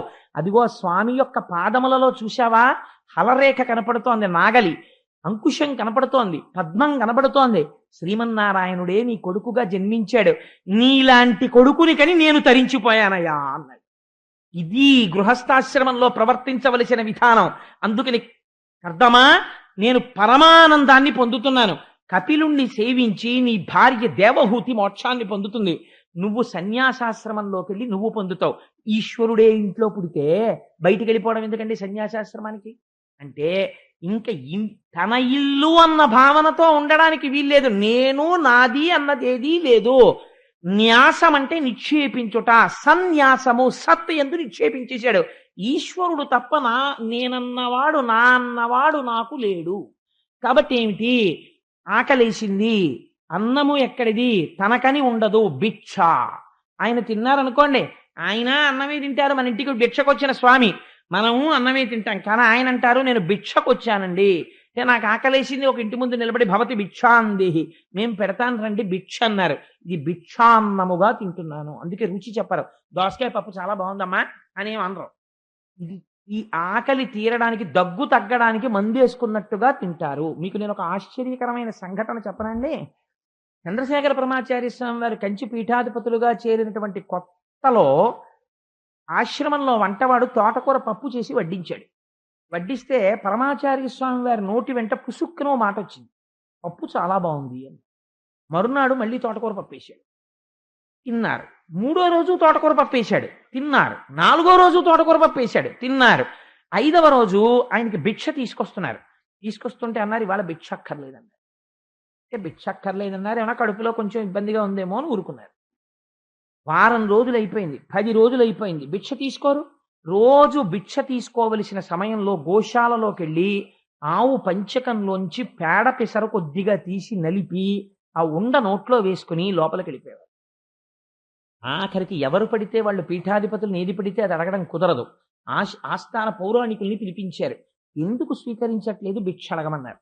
అడిగితే వారు అడిగితే చంద్రశేఖర పరమాచార్య స్వామి చెప్పారు, నేను రేపొద్దున్న ఎక్కడికైనా వెడితే కంచికామకోటి పీఠాధిపతులు శంకర భగవత్పాదుల శిష్యులు శ్రీ శ్రీ శ్రీ చంద్రశేఖర పరమాచార్య స్వామి వారు విజయం చేస్తున్నారని చెప్తారు. నేను కట్టుకున్నది కాషాయం, సన్యసించాను. ఒక తోటకూర పప్పు రుచికి లొంగిపోయి నేను ఈ జిహ్వతో ఆ పప్పు బాగుంది అన్నాను. ఈ నాలుకతో తోటకూర పప్పు రుచికి లొంగినటువంటి నేను రేపు ప్రజానీకానికి ప్రతి ఊరు వెళ్ళి మీరు ఇంద్రియాల్ని నిగ్రహించుకోండి అని అనుగ్రహ భాషణం చెయ్యనా? ఏ నాలుక పప్పు రుచికి లొంగిందో దాన్ని ఆవు పేడతో శుద్ధి చేస్తున్నాను 11 రోజులు, అందుకని ముట్టన పదార్థం అన్నారు. ఈ మహాపురుషులంటే అంత జాగ్రత్తగా ఉంటారండి. ఒక మాట అంటే ఇంద్రియాలను నిగ్రహించుకోవడం అంటే అంత జాగ్రత్తగా ఉంటుంది, అంత తేలిక కాదు అది. కాబట్టి మహానుభావుడు ఆ కపిల మహర్షి జన్మిస్తే నమస్కరించి చతుర్ముఖ బ్రహ్మగారు పొంగిపోయారు. పొంగిపోతే ఆయన వెళ్ళిపోయిన తరువాత కర్దమ ప్రజాపతి తనకు కలిగినటువంటి 9 మంది కుమార్తెల్ని ఎవరికిచ్చి దానం చెయ్యాలి అంటే, మళ్ళీ ఇంటి పెద్దగారు తండ్రి గారు బతికున్నాడు ఇంకా చతుర్ముఖ బ్రహ్మగారు, ఆయన పేరు మీద పడుతోంది శుభలేఖ. ఆయన నిర్ణయించవలసిన వారు ఇంటి పెద్ద ఆయనకి చెప్పాలి, నాన్నగారు ఎవరికి ఇవ్వనండి మా పిల్లల్ని అని అడగాలి. ఒరే ఫలానా వాళ్ళకి ఇవ్వరా అని ఆయన అనుభవంతో చెప్పాలి. గృహస్థాశ్రమం ఎలా ఉంటుందో కర్దమ ప్రజాపతి జీవితం అలాగే ఉంటుంది. చతుర్ముఖ బ్రహ్మగారు చెప్పారు, నీకు కలిగిన 9 పిల్లల్ని 9 ఋషులకి ఇచ్చి పెళ్లి చేయి అన్నారు. అంటే మరీచి మహర్షికి కళ అనబడే కుమార్తెనిచ్చారు. అత్రి మహర్షికి అనసూయనిచ్చి వివాహం చేశారు. అంగీరసునకు శ్రద్ధ అనబడేటటువంటి అమ్మాయినిచ్చి పెళ్లి చేశారు. పులశ్చనకు హవిర్భవు అనబడేటటువంటి అమ్మాయినిచ్చి పెళ్లి చేశారు. పులహునకు గతి, క్రతువునకు క్రియ, భృగువుకు ఖ్యాతి, వశిష్ఠునకు అరుంధతి, అధుర్వునకు శాంతి. 9 ఋషులకి 9 కన్యల్నిచ్చి కన్యాదానం చేశాడు. చేసిన తర్వాత తను సన్యసించి వెళ్ళిపోయే ముందు లోపలికి వెళ్ళి చంటి పిల్లవాడు ఆ పడుకునున్నాడు కపిలుడు, ఆయన ఎవరో కర్దముడికి తెలుసు. అందుకని చంటి పిల్లవాడిగా ఉన్నటువంటి పిల్లడి ముందు తండ్రి నమస్కరించి స్తోత్రం చేస్తున్నాడు. మహానుభావా, మీరెందుకు జన్మించారో నాకు తెలుసు. మీరు శ్రీమన్నారాయణుడు, నన్ను ఉద్ధరించడానికి జన్మించారు. నాకు పితృ రుణం తీరదు కొడుకు పుట్టకపోతే, అందుకని కొడుకుగా పుట్టి నన్ను పితృ రుణం నుంచి ఉద్ధరించారు. అసలు మీ యొక్క సౌజన్యానికి హద్దు లేదు తండ్రి, మీకు నమస్కారం అన్నాడు. అంటే ఆయన అన్నారు, నా చేత పూర్వంబునందు ప్రతిశ్రుతమైన వచనములు తప్పక వర మునీంద్రని ఇంట పుట్టితి, నిర్హేతుక స్థితి భూరి దయాగుణంబున అవాప్త సకల కాముండ నేను సన్మునివేషంబు ధరించుటెల్ల నా కొరకు కాదు, ఇను మహాత్ములకైన మునులకు పరమాత్మ గురు సద్వివేకంబు సరసి చూపు తత్వ బోధంబు కొరకును తల్పబడిన అంచిత వ్యక్త మార్గమైనట్టి దేహమని తలంపుము మత్ పదధ్యాన శక్తి ధీపరాయణ మహిమంబు తేజరిల్లా. ఇతపూర్వం నేను ఒకసారి ఈ భూమండలం మీద జన్మించి సాంఖ్యం అనేటటువంటి వేదాంతాన్ని బోధ చేశాను. సాంఖ్యం అంటే తత్వం ఎన్ని రకాలుగా ఉంటుందో చెప్పడం. ఆ సంఖ్యతో నిర్ణయించి చెప్పడం. ఆ సాంఖ్యము చెప్పాను, కానీ లోకం మరిచిపోయింది. మళ్ళీ సాంఖ్యము చెప్పడం కోసం నీకు కొడుకుగా పుట్టాను, నీకు మాట ఇచ్చాను నీకు కొడుకుగా పుడతానని, మాట తప్పలేదు, నీకు కొడుకుగా పుట్టాను. నాయనా నువ్వు సన్యసించి వెళ్ళిపో, నువ్వు మోక్షాన్ని పొందుతావు అంటే ఆయన అన్నారు, నా భార్య నీకు తల్లి అయినటువంటి దేవహూతిని స్వామి నువ్వు ఉద్ధరించాలన్నారు. తప్పకుండా ఉద్ధరిస్తానన్నారు. తిరిగి పెద్దవాడయ్యాడు కపిల మహర్షి, తపస్సు చేసుకుంటున్నాడు ఆ బిందు సరోవరంలో కూర్చుని. ఆ 90 పిల్లల పెళ్లిళ్ళు అయిపోయాయి. మహానుభావుడిచ్చినటువంటి భోగోపకరణములన్నీ ఎక్కడున్నాయో తెలుసా అండి? కర్దమ ప్రజాపతి ఇచ్చిన భోగోపకరణములు అక్కడే ఉన్నాయి. అన్ని భార్యకిచ్చి వెళ్ళాడు. ఇన్ని భోగోపకరణముల మీద వైరాగ్యం పుట్టింది భర్త వెళ్ళిపోగానే. నా భర్త అంతటి స్థితిని పొందాడు, నేను ఇంకా ఈ సంసార లంపటమునందు పడిపోయి ఉండిపోయాను, నేను కూడా ఉద్ధరింపబడాలి. అందుకని ఇప్పుడు దేవహూతి కపిల మహర్షి దగ్గరికి వెళ్ళింది, కొడుకు దగ్గరికి వెళ్ళి ఎంత గొప్ప మాట చెప్పిందో చూడండి. భూరి మదీయ మోహ తమముం బెడబాప సమర్థులన్యులెవ్వారలు నీవు కాక నిరవజ్య నిరంజన నిర్వికార సంసార లతా లవిత్ర భుజసత్తమ సర్వశరణ్య ధర్మ విస్తారక సర్వలోక శుభదాయక నిత్య విభూతి నాయక. ఈ సంసారంలో ఉన్నవాడు ఒక స్థితికి వెళ్ళిన తరువాత అడగవలసిన మాట. నేను ఇంతకాలం మొహాంధకారంలో పడిపోయాను, ఈ ఇంద్రియముల యొక్క సుఖములే సుఖములు అనుకుని ఈ సంసారమునందు ఉండిపోయాను. నీ తండ్రి సంసార సుఖములను అనుభవిస్తూ వైరాగ్య సంపత్తిని పొంది సన్యసించి వెళ్ళిపోయాడు. కాలమునందు నాకు కూడా సమయం అయిపోతోంది, నేను ఏది తెలుసుకుని మోక్షమును పొందాలో అటువంటి తత్వమును నాకు బోధ చెయ్యి అని అడిగింది. అడిగితే మహానుభావుడు కపిలుడు చెప్పడం మొదలుపెట్టాడు. దీన్నే కపిల గీత అంటారు. ఈ కపిల గీత వింటే ఏమవుతుంది అంటే, కపిల గీత విన్నటువంటి వాళ్ళకి ఇంతకాలము నుంచి ఏది చూసి సత్యమని భ్రమించారో ఆ సత్యము సత్యము కాదన్నటువంటి వైరాగ్య భావన ఏర్పడడానికి కావలసిన ప్రాతిపదిక దొరుకుతుంది. కపిలుడు దేవహూతికి చెప్పాడు, దేవహూతి విని మోక్షం పొందేసింది అని పూర్తి చేసేసాడు అనుకోండి వ్యాసుడు. మీరు నేను అభ్యంతర పెడతామండి? ఏమీ అభ్యంతర పెట్టాం. భగవద్గీత కృష్ణ భగవానుడు చెప్తే ఒక్క అర్జునుడికి వినపడింది, అలాగే దేవహూతికి వినపడిందండి అన్నాడు అనుకోండి. మీరు నేను ఈ ఆఖ్యానం విని ఏమిటి ఉద్ధరింపబడతాన్నటువంటి వాళ్ళు ఎవరైనా మహాపురుషులు ఉన్నారేమో నాకు తెలియదు, కానీ మనలో ఎవరైనా కర్దమ ప్రజాపతి స్థాయిలో ఉన్న వాళ్ళ ఉన్నామా? పెద్దలు నిర్ణయించిన వివాహానికి వారసులుగా వస్తూ కర్దమ ప్రజాపతి స్థాయిలో ఉన్నామా? లేం. ఏమో మీ సంగతి నాకు తెలియదు, మీరు మహాత్ములు, మీరు కర్దమ ప్రజాపతులేమో. నేను మాత్రం దేవహూతి స్థాయిలో ఉన్నాను. కాబట్టి ఇప్పుడు అసలు వినవలసినది ఏది? ఇందులో కపిల గీత వినాలి. ఇప్పుడు కపిలుడు చెప్తున్న మాటలు వినాలి. కపిలుడు చెప్తున్న మాటలు వింటే దేవహూతికి ఏదైందో అది మనకు అవుతుంది కదా. ఆ తర్వాత దేవహూతి ఏం చేసింది, దేవహూతికి ఏం జరిగింది, కాబట్టి నీకు అదే జరుగుతుంది, అంతే కదండి తీర్పు. కాబట్టి ఇప్పుడు కపిలుడు ఏ ప్రసంగం చేస్తున్నాడో ఆ ప్రసంగం చాలా విలువ కలిగినటువంటి ప్రసంగం. ఇప్పుడు అమ్మకి ఆయన ఏం చెప్తున్నాడు? ఆయన అన్నాడు, అమ్మా, ప్రతి జీవికి కూడా ప్రపంచములో అనేక రకమైన జీవరాశులు ఉన్నాయి. అందులో ప్రధానముగా మనుష్యుడనబడేటటువంటి వాడి జన్మ చాలా ఉత్కృష్టమైనటువంటి జన్మ. ఎందుచేత అంత గొప్ప జన్మ అంటే, తరలాక్షి వినుమ చేతన దేహముల కంటే చేతన దేహముల్ శ్రేష్టము, అందు ప్రాణవంతంబులై స్పర్శజ్ఞానంబు కలుగు చైతన్య వృక్షముల కంటే ఘన రసజ్ఞాత సంకలిత చేతనులుత్తములు, రసజ్ఞానంబు కలుగు వాని కంటే గంధజ్ఞానంబు కలిత భృంగములు కడు శ్రేష్టములు, వానికంటే శబ్ద వేదులగుదురు శ్రేష్ఠులు, వెలయు శబ్ద విధుల కంటేను మరి రూపవేదులైన వాయసాదులు శ్రేష్టములు, వానికంటే వరుస బహుపాదలుత్తములు, వారికంటే తలప చతుష్పదులు అధికులు, దలకొని మరి వారికంటే పాదద్వయముంకల మనుజులు అఘతములి ములవారలయందు వర్ణములు నాల్గరయన్. ఆయన ఎంత గొప్ప మాట చెప్పాడో తెలుసా అండి? ఈ సృష్టిలో దేని బట్టి ఏది గొప్పదో చెప్తానమ్మా, నువ్వు కొంచెం జాగ్రత్తగా విను. ఏమిటి? ఈ దేహములు పొందినటువంటి వాళ్ళల్లో ప్రాణములు కలిగినటువంటివి మొదట శ్రేష్టములు. ఏవి ప్రాణములు కలిగినవి? చెట్లకి ప్రాణం ఉంది. చెట్లకి ప్రాణం ఉన్నా చెట్ల కన్నా గొప్పతనం ఉన్నదోటి ఉంది ప్రాణం ఉండి. ఎందుచేత అది గొప్పది అంటే, స్పర్శజ్ఞానము కలుగుట చేత వృక్షముల కంటే స్పర్శజ్ఞానం ఉన్నది గొప్పది.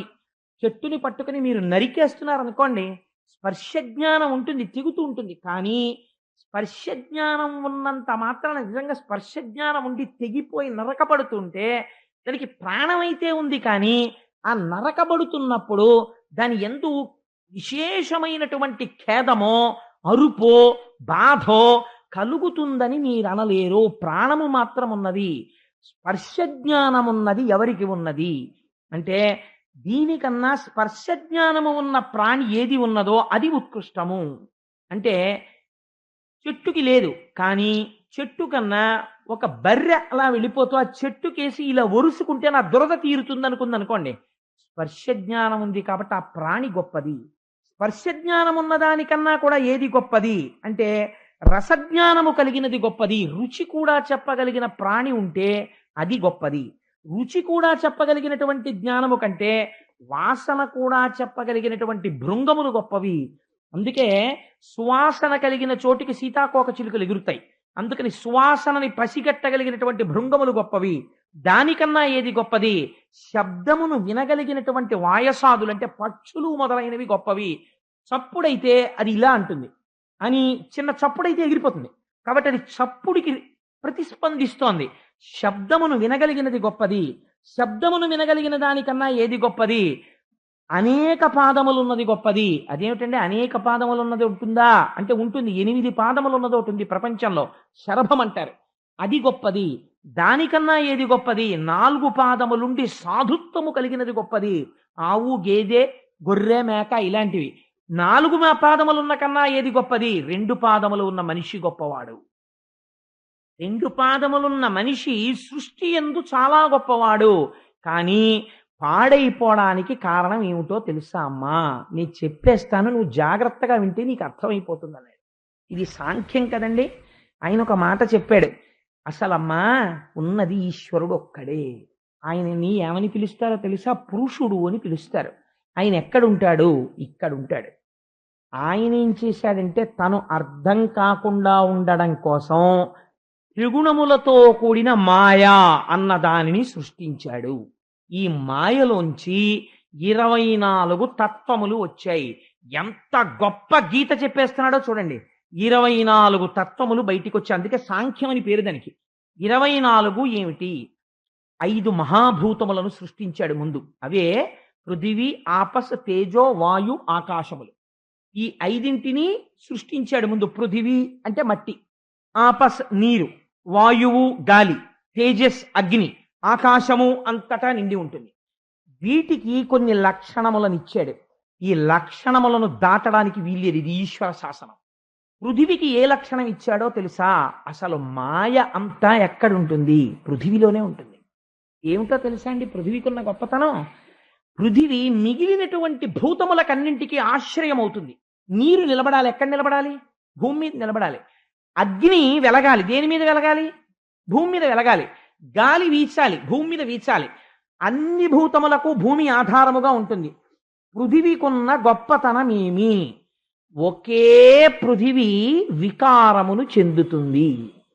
ఒక మట్టి, ఇంత మట్టి తీసుకుని కుమ్మరివాడు ఏం చేస్తాడంటే పెళ్లి కూతురు బొమ్మ చేస్తాడు. ఇంత మట్టి తీసుకుని పెళ్లి కొడుకు బొమ్మ చేస్తాడు.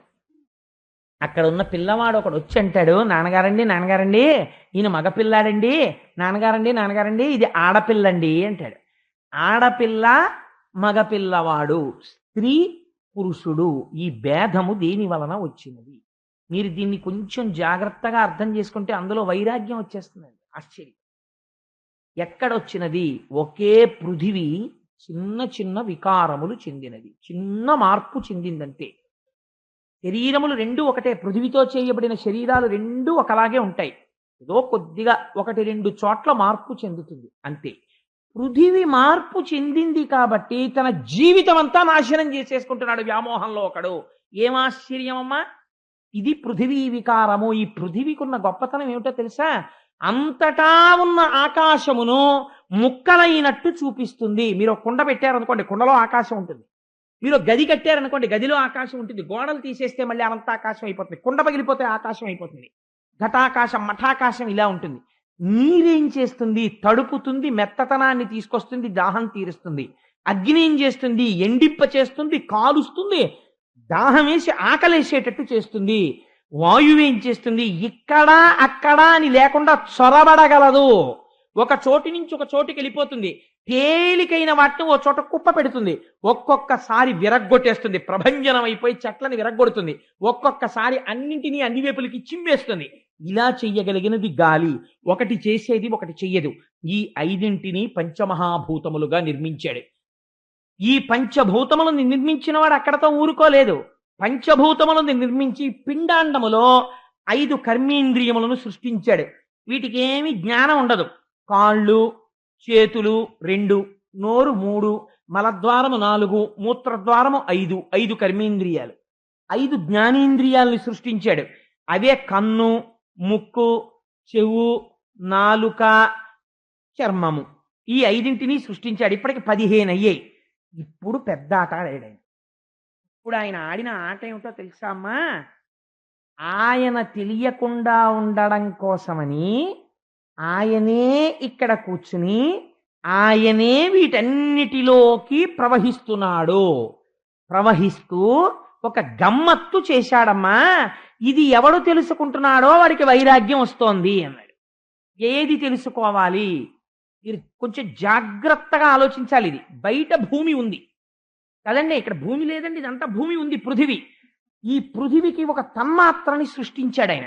ఏమిటా తన్మాత్ర అంటే? సూక్ష్మభూతం అంటారు దాన్ని. ఏమిటది అంటే పృథివికి వాసన ఉంటుంది. అందుకే మీరు ఎండిపోయిన నేల మీద నీళ్లు పోశారనుకోండి, కమ్మటి వాసన వస్తుంది. పృథివికి వాసన ఉంటుంది. పృథివికి వాసన అన్న తన్మాత్రని సృష్టించి వాసన పట్టుకోవడానికి ఈ శరీరంలో ఒక కేంద్రాన్ని పెట్టాడు, రాడార్ పెట్టినట్టు. అది ఎక్కడుంది? ముక్కు. ఈ ముక్కు జ్ఞానేంద్రియం. ఇదేం చేస్తుంది? పృథివిలోంచి వస్తున్న వాసనలు పసిగడుతూ ఉంటుంది. అలాగే నీటికి రుచిని పెట్టాడు, పోషించగలిగిన శక్తి పెట్టాడు. ఆ రుచిని పట్టుకోవడానికి ఇక్కడ నాలుకని పెట్టాడు. బయట శబ్దాన్ని పెట్టాడు, ఆ శబ్దము ఆకాశంలోంచి వచ్చేటట్టు చేశాడు. ఇప్పుడు నేను మాట్లాడుతుంటే శబ్దం మీరు చూడగలరా? ఆకాశంలో వెడుతుంది, కానీ దాన్ని ఎవరు పట్టుకోగలరు? పట్టుకోవడానికి చెవిని పెట్టాడు. ఇప్పుడు శబ్ద స్పర్శ, స్పర్శని పెట్టాడు. ఆ స్పర్శ వాయువులోంచి వస్తుంది. అందుకే అమ్మయ్య చల్లటి గాలి తగిలిందండి అంటాడు. స్పర్శ ఎక్కడ తెలుస్తుంది? చర్మము చేత పట్టుకోబడుతుంది, వాయువులోంచి వస్తుంది. అందుకని వాయువన్న భూతములోంచి స్పర్శ అనబడేటటువంటి తన్మాత్ర ఇక్కడ చర్మము చేత గ్రహింపబడుతుంది. కాబట్టి ఇప్పుడు ఏం చేశాడు? బయట ఉన్న భూతములను ఇక్కడ ఉన్న భూతములకు తన్మాత్రలు పెట్టి అనుసంధానం చేశాడు. ఇవి పట్టుకోవడానికి సెంటర్స్ పెట్టాడు కొన్ని. కన్ను, ముక్కు, చెవు, నాలుక ఇవి పెట్టి, ఇవి పెడితే అవి తెలిసేసుకోగలవా? నాలుక పెట్టేసి రుచి చెప్పేయమంటే చెప్పేస్తుందా? చెప్పలేదు. చెప్పడం కోసం తానే వీటి యందు ప్రవహించాడు. తన శక్తిని వీటి యందు నింపి నిబిడీకృతం చేశాడు. లోపల తాను పురుషుడై కూర్చున్నాడు. కూర్చుని ఈ ఇంద్రియములకు లౌల్యమును పెట్టాడు. ఈ ఇంద్రియాలు ఏం చేస్తాయంటే ఆట ఆడడం మొదలెడతాయి. ఎప్పుడు చూసిందే చూడు, విన్నదే విను, ముట్టుకున్నది ముట్టుకో, వాసన చూసింది చూడు, ఆ రుచిని మళ్ళీ తెచ్చిపెట్టు అని ఇంద్రియాలు ఆడడం మొదలు పెడతాయి. 20ంటికి 4ంటిని తోడు పెట్టాడు. అవి ఏమిటో తెలుసా అమ్మా? ఇలా ఎప్పుడో చేసిన దాన్ని మళ్ళీ గుర్తు తెచ్చుకున్నది చేయమండం, ఇప్పుడు మళ్ళీ కొత్తగా ఓ పని చేయమండం. ఇలా 2 పనులు చేసేదాన్ని సంకల్ప వికల్ప సంఘాతం అంటారు. అది మనస్సు. ఈ మనస్సు ఒక ఆలోచన చెప్తుంది, ఇది చెయ్యి అంటుంది. చెయ్యనా వద్దా ఒకరు నిర్ణయిస్తారు, అది బుద్ధి. ఈ చిత్తము, మనస్సు, బుద్ధి, దీనికి చిత్తం అనేటటువంటి దాన్ని తోడు తెచ్చాడు. ఈ చిత్తం అంటే ఏమిటో తెలుసా అండి? మీరు పూర్వం ఎప్పుడో అనుభవించినటువంటి ఒక సుఖాన్ని గుప్తంగా దాచిపెట్టుకుంటుంది. ఆ రుచి ఎలా ఉంటుందో లోపల టేప్ చేసి అట్టే పెడుతుంది. దాన్ని చిత్తం అంటారు. 4వ దాన్ని ఒక దాన్ని తీసుకొచ్చాడు. అసలు పెద్ద మాయ అక్కడే. దాని పేరు అహంకారము. ఇవన్నీ ఎప్పుడు పనిచేస్తున్నాయి? లోపలున్న పురుషుడి వల్ల పనిచేస్తున్నాయి. ఆ పురుషుడు తాను. అది కప్పబెట్టి తెలియకుండా చేసి ఇవన్నీ నేనంటుంటాడు. ఇవన్నీ దేని మీద ఆధారపడ్డాయి? ఈయన మీద ఆధారపడ్డాయి. ఈ గమ్మత్ ఏమిటి? ఈ బయటున్నవే ఇందులోకి వస్తున్నాయి. ఆ పృథివే ఇందులో పృథివిగా ఉంది. కొంచెం మట్టి ఎంత రుద్దుకున్నా మట్టి వస్తుంది. అందులో నీళ్లే ఇందులోకి వస్తాయి, ఇందులో నీళ్లే అందులోకి ఎడతాయి. అందులో గాలే ఇందులోకి వస్తుంది, ఇందులో గాలే అందులోకి ఎడుతుంది. అందులో ఉన్న ఆకాశమే ఇందులోకి వస్తుంది. మీకు చిత్రం ఏమిటో తెలుసా అండి? ప్రాణములు దేని మీద ఆధారపడ్డాయి? ఆకాశం మీద. ఎందుకో తెలుసా అండి? ఆయన హార్ట్ వాల్వ్స్ బ్లాక్ అయిపోయాయండి, చచ్చిపోయాడంటారు. బ్లాక్ అయిపోవడం అంటే ఏంటండి? అక్కడ ఒక కన్న ఉంది, అందులోంచి రక్తం విడుతోంది. అదే ఆకాశం. ఆ ఆకాశం పూడుకుపోయింది అనుకోండి, ప్రాణం పోతుంది. ఆకాశము ప్రాణము వాయువు రెండూ కలిసి ఉంటాయి. ఉంటే ఈ శరీరము బయట ప్రపంచంతో ఎంత కాలము అనుసంధానము జరుగుతుందో అంతకాలము బ్రతికి ఉన్నాడంటారు. ఈయన లోపల నుంచి వెళ్ళిపోతే అనుసంధానం ఆగిపోతుంది. ఆగిపోతే ఏమైంది? చచ్చిపోయాడని అంటారు. కానీ మనిషి అసలు లోపల ఉండి అన్నింటినీ గుర్తుపడుతున్నవాడోడున్నాడు. వాడికి ఈ సుఖ దుఃఖాలు వేటితో సంబంధము లేదు. ఎంత గమ్మత్తో తెలుసా అండి? మీరు ప్రతిరోజు చెప్పేస్తారు ఈ విషయాన్ని. ఈ మోకాలు నాకు నొప్పిడుతోంది అనుకోండి, డాక్టర్ గారి దగ్గరికి వెళ్ళి, డాక్టర్ గారు నేను నొప్పిగా ఉన్నానండి అన్నాం. ఏమంటాను? డాక్టర్ గారు ఈ మోకాలు నొప్పిడుతోందండి అంటాను. ఈ మోకాలు నొప్పిడుతోందండి అంటే నేను వేరు, ఈ మోకాలు వేరు కదా. డాక్టర్ గారు ఏమిటో కానండి, ఈ మధ్య ఈ శరీరానికి కొంచెం తేడాగా ఉంటోందండి, తలకాయ నొప్పిగా ఉంటోందండి, లేకపోతే మాట్లాడుతున్నప్పుడు గొంతు నొప్పిడుతోందండి, పూర్వంలా ఉండట్లేదు అంటాడు. అంటే గొంతు నొప్పిగా ఉన్నది అని తెలుసుకుంటున్నది ఒకటి ఉంది, దానికి ఏ నొప్పి లేదు. ఇది నొప్పిగా ఉన్నదని తెలుసుకుంటోంది. ఇప్పుడు గొంతుకి నొప్పి లేదు అని తెలుసుకుంటోంది. గొంతుకి నొప్పి లేనప్పుడు దానికి నొప్పి లేదు, గొంతు నొప్పిగా ఉన్నప్పుడు దానికి నొప్పి లేదు. అది సుఖ దుఃఖములకు అతీతముగా, అరేరే చన్నీళ్లు పోసుకోకుండా వేడి నీళ్లు మీదోసేసుకున్నావురా, ఒళ్ళు కాలిందిరా అని తెలుసుకుంటోంది. అయ్యో కాసిన చన్నీళ్లు కలపరా అంటోంది. కలిసిన నీళ్లు ఇప్పుడు కావలసినంత వేడిలో ఉన్నాయిరా అని తెలుసుకుంటోంది. ఇవన్నీ తెలుసుకుంటున్నదేదో ఆ తెలుసుకున్నటువంటి ప్రజ్ఞ నీవు. అయితే అది వదిలిపెట్టేసి అవన్నీ ప్రసరిస్తున్న శరీరం ఏదుందో ఆ శరీరమును పట్టుకుని ఇది నేను, ఇది నేను, ఇది నేను అని మాయలో ఉన్నాడు. కాబట్టి ఏం చేస్తాడు? దీనికి ఏది సుఖమో అది సుఖం అనుకుంటున్నాడు, దీనికి ఏది దుఃఖమో అది దుఃఖం అనుకుంటున్నాడు. కాబట్టి దీనికి ఏది సుఖం? ఇది ఎప్పుడూ కూడా మార్చి మార్చి సుఖస్థానాల్ని మారుస్తుంది. ఏసీ ఉంటే బాగుండంటుంది, పడిశం పట్టిన తర్వాత అబ్బా బయటే పడుకుంటానంటుంది. కాబట్టి ఏమైంది? దీని సుఖము దీని దుఃఖమునకు వశుడవుతున్నాడు. ఇలా అయిపోతే ఏమైపోతుందో తెలుసా అమ్మా? ఇక్కడ ఉన్న పురుషుడు ఒక గమ్మత్తు చేస్తాడు.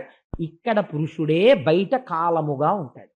ఇక్కడ వీడిని పసిగట్టలేవు, బయట కాలాన్ని ఆపలేవు. రెండూ నీ అధీనముల నుంచి దాటిపోతున్నాయి. నువ్వు తెలుసుకోవట్లేదు, ఎప్పుడు వెనక్కి వెళ్ళటలేదు. ఈ కాలమునందు ఏమైపోతుంది?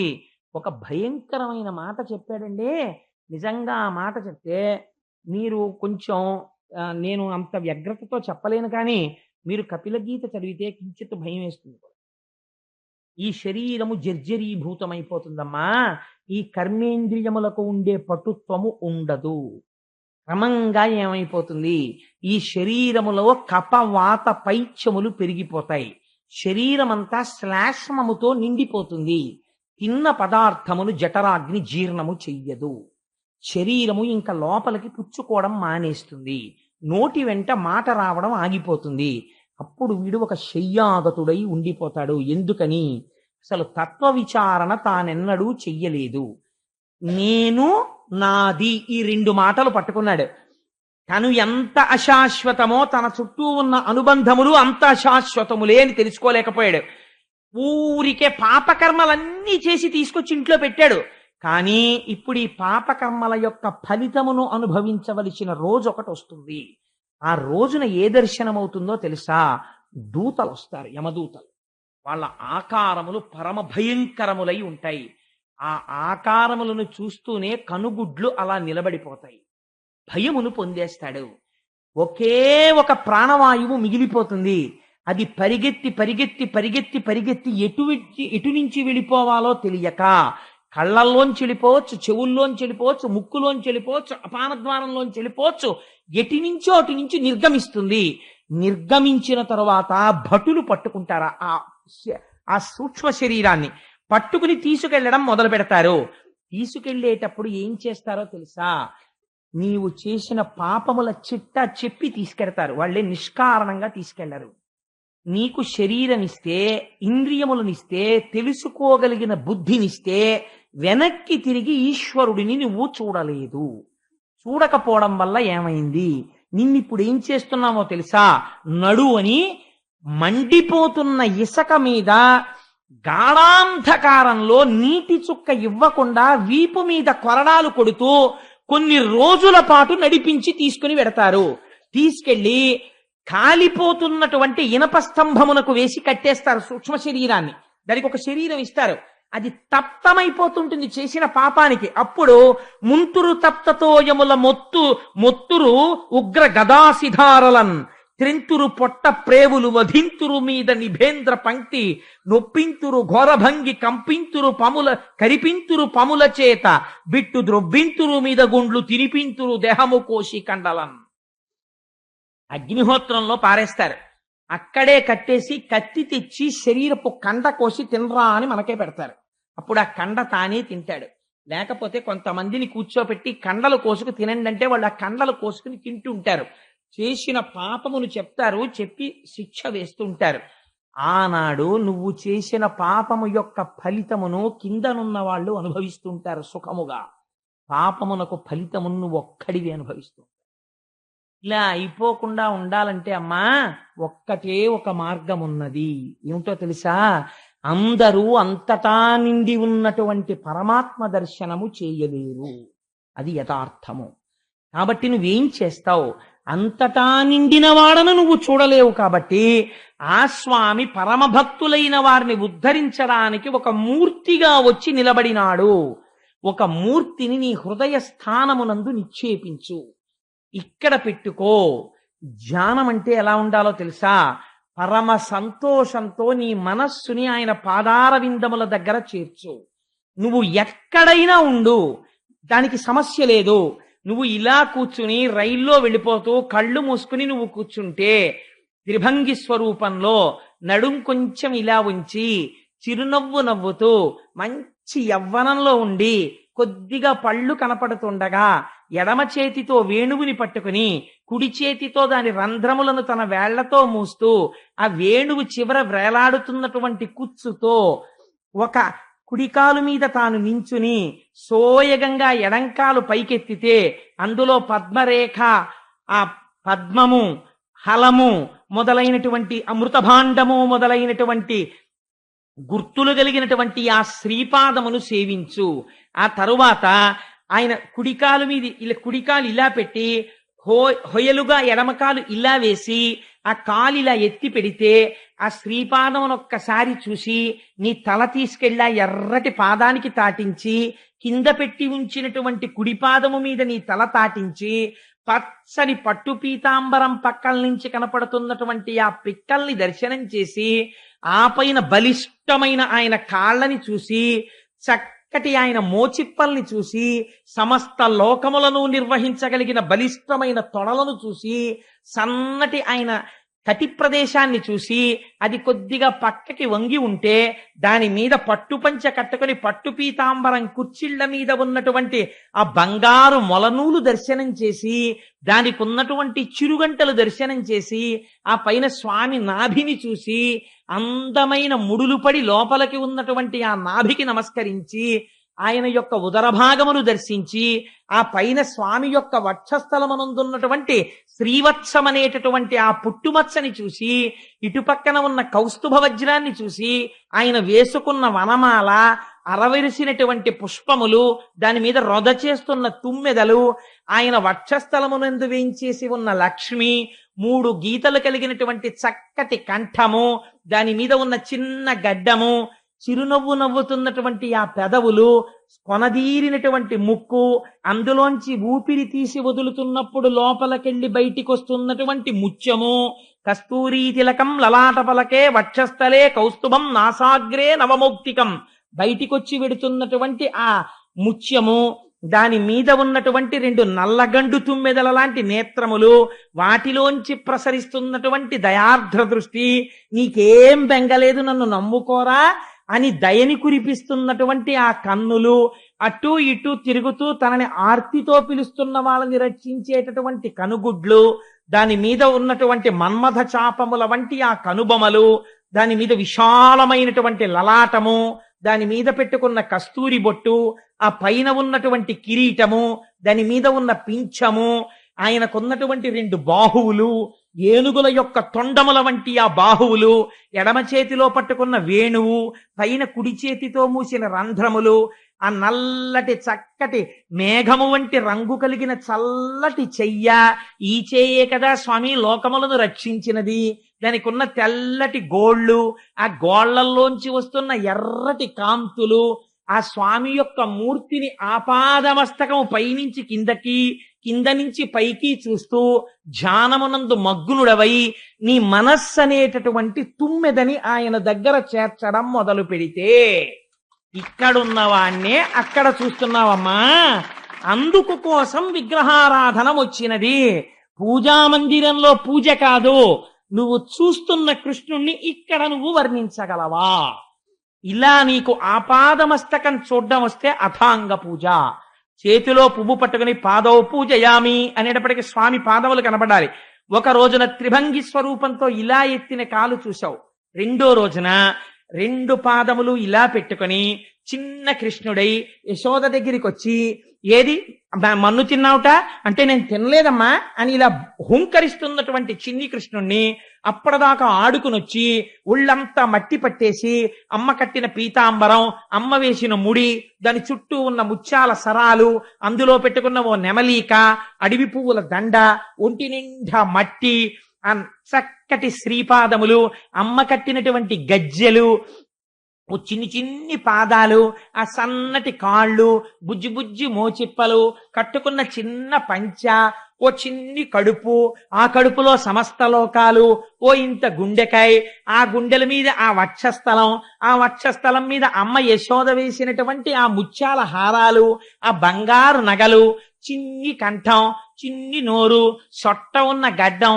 అమ్మ పెట్టిన దిష్టి చుక్క, ఏమీ తెలియని వాళ్ళ ఇలా ఇలా పెట్టి, అమ్మా నేనే తప్పు చేయలేదమ్మా అని భయం నటిస్తున్న కళ్ళు, ఆ పిల్లాన్ని చూసి ఉండలేక ధ్యానంలో నువ్వు గభాలన కౌగిలించేసుకుని గట్టిగా పట్టేసుకుని, కృష్ణయ్య కృష్ణయ్య నలనయ్య ఎంత బాగున్నావురా అని, ఇంత స్వామి అని నువ్వు మర్చిపోయి నీ కొడుకు అనుకుని గట్టిగా కౌగిలించేసుకుని, ఎంత ముద్దొచ్చేస్తానో స్వామి అని రెండు బుగ్గల మీద ముద్దులెట్టేసుకుంటే, అబ్బా వదులు వదులు అని ఇలా అంటుంటే, ఆ బుగ్గలు ఎరుపెక్కిపోతుంటే, ఆ చేతులు చూసి నన్ను వదులు కోటేశ్వరరావు, నన్ను వదులు కోటేశ్వరరావు అని ఇలా అంటుంటే, ఆ చిన్ని చిన్ని చేతులు నీ భుజాల మీద పడుతుంటే, నువ్వు ధ్యానంలో సంతోషపడిపోతూ ఆనందమగ్నుడవై కూర్చుండిపోతే, అమ్మా ఒకనాడు తెలియక నీ మనస్సు ధ్యానము, ధ్యానింపబడుతున్న వస్తువు, ధ్యానము చేస్తున్నవాడు అని మూడు లేక నీవే కృష్ణుడవై రమించి కన్నుల వెంట బాష్పధారలు కారిపోతుండగా ఆనందమగ్నుడవై నిలబడిపోతావు.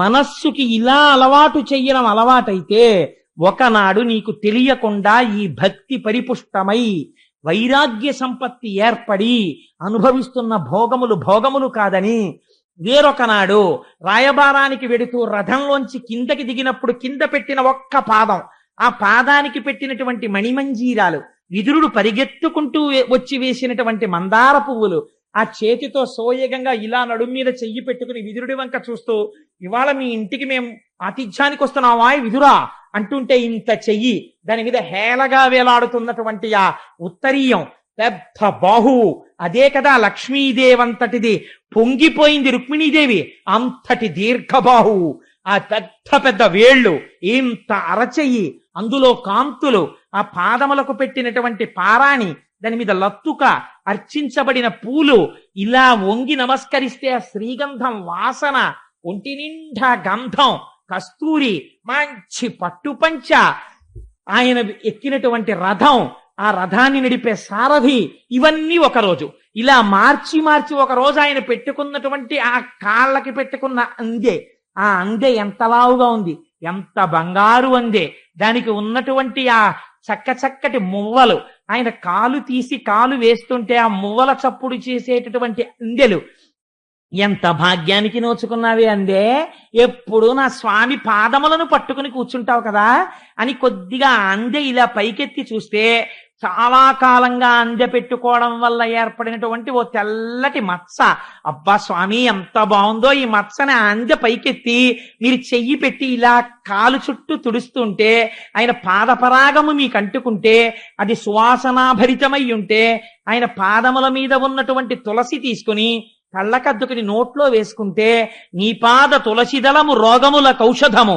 అని పొంగిపోతే మనస్సు, ఆ రెండు మంజీరములను పట్టుకుని వాటి స్పర్శని మీరు అనుభవించి కళ్ళ మీద పెట్టుకుని అబ్బా ఎంత చల్లటి పాదాలో నా తండ్రివని ఒకనాడు అలా మార్చి మార్చి మార్చి మార్చి స్వామి యొక్క సౌందర్యాన్ని ఇక్కడ అనుభవించడం ప్రారంభిస్తే, అమ్మా తేనె మరిగిన సీతాకోక చిలుకల హృదయము దానియందే రంజిల్లడం మొదలెడుతుంది. అప్పుడు ఏమవుతుందో తెలుసా అమ్మా? మనస్సుకి ఏ కోరిక కలుగుతుందంటే భోగాల వైపు కెడదామనిపించదు. దేని మీద కోరిక కలుగుతుందంటే, అమలిన భక్తి కొందరు మహాత్ములు మచ్చరణారవింద యుగ్మము హృదయంబునన్ నిలిపి కౌతుకులై ఇతరేతరానులాపముల మదీయ దివ్యతను పౌరుషముల్ కొనియాడుచుండి మోక్షము మదికోరనుల్ల నిశంబు మదర్పిత సర్వకర్ములై. అమ్మా కొంతమంది మహాభక్తులు ఉన్నారు, వాళ్ళకి ఏం పిచ్చో తెలుసా? వాళ్ళు మోక్షం అడగరు, వాళ్ళు ఏ కోరిక కోరరు. ఎప్పుడు మార్చి మార్చి మార్చి మార్చి నన్ను బట్టి పట్టేసి పైనుంచి కిందకి కింద నుంచి పైకి అదే పనిగా చూస్తుంటారు. ఆ చూడ్డంలో మాకు ఇది చాలు తండ్రి అంటుంటారు. వాళ్ళు నీకేం కావాలి అంటే మోక్షం అక్కర్లేదంటారు, ఇలా నిన్ను చూస్తూ ఉండాలంటారు. అలాగే పొంగిపోతూ నా కథలు చెప్పుకొని నా పౌరుషం చెప్పుకొని నా గురించి చెప్పుకొని పొంగిపోయే మహితాత్ములైన వాళ్ళు ఈ భూమండలంలో ఉన్నారు. ప్రయత్నపూర్వకంగా నువ్వు వాళ్ళ స్నేహం చెయ్యి. చేస్తే వాడికి అన్యమైన మాట నోటి యందు ఉండదు. వాడు నోరి విప్పితే ఇవే మాట్లాడతాడు. అలా మాట్లాడుతుంటే వాడి మాటలు వినగా వినగా వినగా వినగా నీ ధ్యానము బాగా నిలబడుతుంది. నీ మనస్సు ఈశ్వరాలంబనమును కోరుకుంటుంది. సముద్రపు తట్టడుగు చూద్దామని బయలుదేరినటువంటి ఉప్పు బొమ్మ చిట్ట చివరికి సముద్రంలో కలిసిపోయినట్టు మెల్లమెల్లగా మెల్లమెల్లగా ఒక మూర్తిని పట్టుకున్నటువంటి నీకు ఈ లోకమంతటా కృష్ణుడే కనపడతాడు. ఎటు చూసినా కదిలిన ఆకులో కృష్ణుడు, విచ్చుకున్న పువ్వులో కృష్ణుడు, తులసి దళంలో కృష్ణుడు, ఎదురుగుండా కూర్చున్న వాళ్ళలో కృష్ణుడు, ఓ పిల్లాన్ని చూస్తే కృష్ణుడు, ఓ పిల్లని చూస్తే కృష్ణుడు, అంతటా కృష్ణుడి చూడడం వచ్చేస్తే అదే భక్తి జ్ఞానముగా మారిపోయినది. ఇప్పుడు నీకు ఇంద్రియ భోగములు ఆగిపోయి లోకమంతటా కృష్ణమయం జగత్తు కింద కనపడుతోంది. ఈ జ్ఞానమును ఇచ్చేవాడు కూడా ఈశ్వరుడే. దీనికే భక్తి యోగం అని పేరమ్మా. అది పరిపుష్టమవడానికి లోపల ఉండి సాక్షిగా ఉన్నటువంటి పరమాత్మ దర్శనానికి ఈ భక్తి యోగాన్ని అవలంబించాలి. ఈ భక్తితో ప్రారంభమై భోగముల యొక్క విరక్తి అనబడేటటువంటి వైరాగ్య సంపద కలిసి జ్ఞానమై అంతటా కృష్ణ దర్శనము చేసే స్థితిని పొందిన నాడు వాడు మోక్షమును పొందుతున్నాడు. లేనినాడు ఏమైపోతున్నాడో తెలుసా అమ్మా? వాడు మళ్ళీ ఇక్కడ ఇంత కష్టపడి శరీరం వదిలి అన్ని యాతనలు పడి మళ్ళీ ఒక పురుషుడు యొక్క వీర్యమునందు ప్రవేశించి ఒక స్త్రీ రేతస్సుతో కలుస్తున్నాడు. కలిసి ఎంత చిత్రం అవుతుందంటే 5 రాత్రుల తర్వాత వాడు స్త్రీ యొక్క యోనియందు బుడగగా మారుతాడు. ఎంత బాధలు పడతాడో ఆలోచించు. ఒక బుడగవుతాడు, అందులో పడి పుల్లటి కంపులో పడుంటాడు. ఆ తర్వాత 10 రాత్రుల తర్వాత ఒక రేగు పండులాగా రేగు పండంత వాడవుతాడు. 1 నెల పూర్తయ్యేసరికి తల ఏర్పడుతుంది, కింద ఏమీ ఉండదు, వేలాడుతుంటుంది అంతే.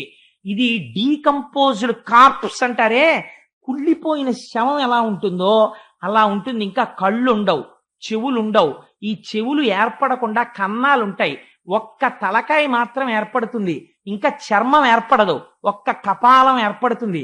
పరమ భయంకరమైన రూపంతో అమ్మ కడుపులో కొట్టుకుంటూ ఉంటాడు. ఆ తర్వాత 2 నెలల తరువాత చేతులు కాళ్ళు ఎముకలు కింద వస్తాయి. ఎముకలతో చేతులు, ఎముకలతో కాళ్ళు మాత్రమే ఉంటాయి. ఎముకల చేతులు, ఎముకల కాళ్లతో, పైన తలకాయతో, పుర్రెతో అలా అమ్మ కడుపులో పడుంటాడు. ఆ తర్వాత 3వ నెల అయిపోయిన తర్వాత మెల్లిగా చర్మం వచ్చి దాని మీద వెంట్రుకలు పుట్టడం మొదలవుతాయి.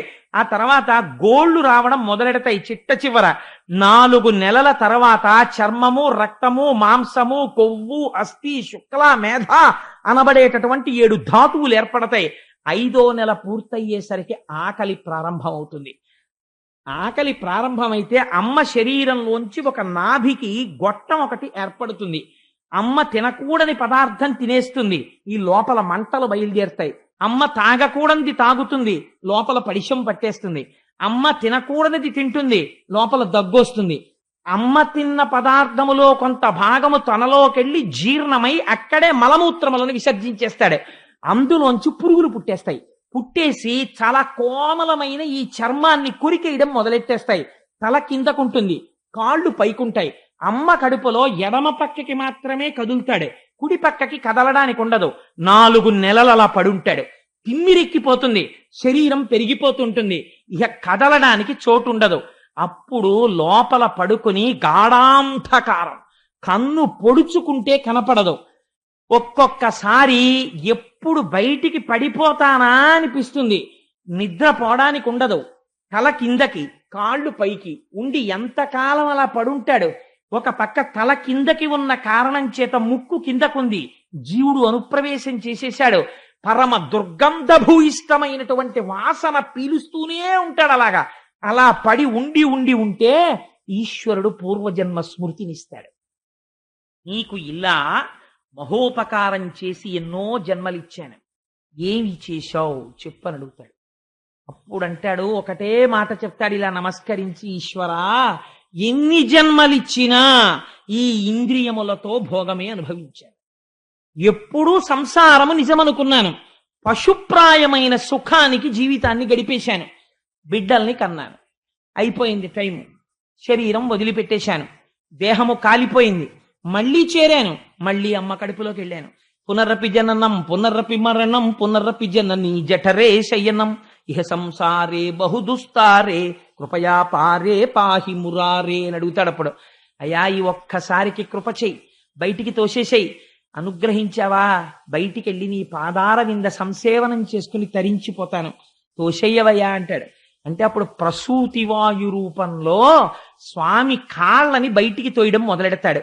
మీరు చూడండి, కాళ్ళని పట్టుకు బయటికి తోసేస్తుంటే, నేను భాగవతం చెప్తున్నాను కాబట్టి చెప్తున్నాను, పరమ ఇరుకైనటువంటి అమ్మ యోని గుండా బయటికి త్రోయబడినప్పుడు మొట్టమొదట తల బయటికి వచ్చేస్తుంది. వచ్చేసి శరీరం లోపల ఉండిపోతుంది.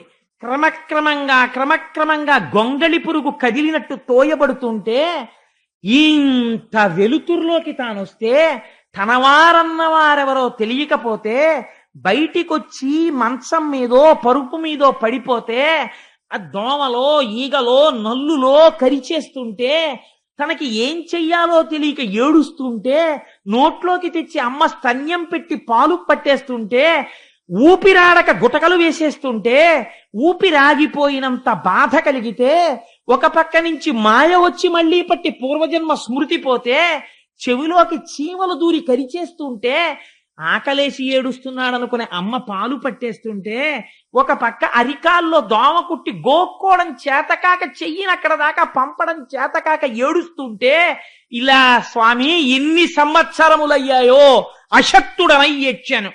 అయిపోయింది, ఏదో పెరిగాను, పెద్దవాణ్ణి అయ్యాను, ఇంతపాటి యవ్వనం వచ్చింది, ఒంట్లో ఓపికండి ఈశ్వర కైంకర్యం చెయ్యగలిగిన సమయం అంటూ ఏదైనా ఉంటే అదొక్కటే. మళ్ళీ వృద్ధాప్యం వచ్చేసిందా, వచ్చేస్తుంది కాలగతిలో, నిర్దాక్షిణ్యంగా వస్తుంది. వెళ్ళలేను, కూర్చోలేను, వినలేను, చూడలేను, ప్రార్థన చెయ్యలేను, ఒక నామము చెప్పలేను, అలా పడుంటాను. ఈ పాటి యవ్వనం వచ్చేటప్పటికా ఓపికండగా ఎన్ని తుంటరి మాటలో. నారీస్తనభర నాభీదేశం దృష్ట్వా మాగా మోహావేశం ఏతత్మాంసవసాది వికారం మనసి విచింత్య వారం వారం. కేవలం ప్రకృతి వేరొక చోట 2 చోట్ల మారింది. స్త్రీ శరీరమునందు పైన 2 చోట్ల పైకి ఉబికింది, అధోభాగమునందు లోపలికి వెళ్ళింది. ఈ పాటి వికారానికి వెర్రివాడవై తిరిగి నీ యవ్వనమంతా నాశనం చేసుకున్నావు. మళ్ళీ ప్రారంభం. లేదా ఉన్న ఓపికంతా సంపాదనకి తిరిగావు. సంపాదించకూడదని అనలేదు ధర్మశాస్త్రం, కానీ వెర్రి సంపాదనకి తిరిగావు. మళ్ళీ మొదలు. ఎక్కడ పుడతావో అమ్మా. జీవులు ఇలా తిరుగుతున్నారు. ప్రయత్నపూర్వకంగా భక్తి యోగమును అనుష్ఠానము చెయ్యాలి. చేత కాకపోతే కనీసము శ్రవణము చెయ్యడం మొదలు పెట్టాలి. వెళ్ళి అసలు నా జీవితమేమి, నేను ఎక్కడ నుంచి వచ్చాను, నా బ్రతుకేమి అన్నది తెలుసుకోవాలి. తెలుసుకోకపోతే ఎప్పటికీ మోహమునందు పడిపోయి ఉంటాడమ్మా. ఎవడు భాగవతులతో కూడి తిరుగుతున్నాడో, ఎవడు ధ్యానము లోపల చెయ్యగలుగుతున్నాడో, ఎవడు ఈశ్వరుడి యందు ఉత్సాహమును పెంచుకుంటున్నాడో, వాడు పునరావృత్తి రహిత శాశ్వత శివ సాయుధ్యమును పొందుతున్నాడు అని చెబితేట దేవహూతి దేవేంద్రాదులకు లేని భోగములు ఇంట్లో ఉన్నాయి. అది విచిత్రం. అన్ని భోగములను తిరస్కరించి ఒంటికి బట్ట నిలువుగా కట్టుకున్నానా అడ్డంగా కట్టుకున్నానా అన్నది మరిచిపోయినది అన్నారు. అలా శ్రీకృష్ణ పరమాత్మని హృదయమునందు నిలిపి ధ్యానము చేయగా చేయగా ఒకనాటికి ఈ గీత చెప్పి కపిల భగవానుడు వెళ్ళిపోయాడు. వెళ్ళిపోయిన తరువాత కొడుకు అన్న మమకారంతో భగవానుని యందు మనస్సు పెట్టుకుని కృష్ణ భగవానుణ్ణే స్మరిస్తూ ఈశ్వర స్మరణము వలన జ్ఞానములు పొంది ఈ విషయములు విన్న తరువాత ప్రయత్నపూర్వకముగా భోగములు మనని ఉద్ధరించేవి కావని తెలుసుకుని త్రోసిరాదని వైరాగ్యమును పొంది భక్తి వైరాగ్యముల కలయిక వలన జ్ఞానమును పొంది జ్ఞానము వలన మోక్షమును పొంది శ్రీకృష్ణ భగవానుని యందు చేరి శాశ్వతత్వమును పొందినది. ఇది జీవులందరూ విని ఉద్ధరించబడవలసిన మహోత్కృష్టమైన గాథ. కాబట్టి ఇప్పుడు దేవహూతి కర్దమ ప్రజాపతి గృహస్థాశ్రమంలోకి వచ్చి తరించారా లేదా? ఇద్దరూ తరించారు. ఇది మొదటి వివాహం. అందరూ గృహస్థాశ్రమంలో ఉన్న వాళ్ళు అలా తరించడానికి వైరాగ్యం అంటే ఏమిటో, జ్ఞానం అంటే ఏమిటో, భక్తి అంటే ఏమిటో, సృష్టి ఎలా జరిగిందో చెప్పినటువంటి మహోత్కృష్టమైన గాథ. ఆ ధ్యానం ఎలా చేయాలో చెప్పిన గాథ కనుక దీన్ని పరమోత్కృష్టమైన గాథగా భాగవతంలో చెప్తారు. ఎవరో తప్ప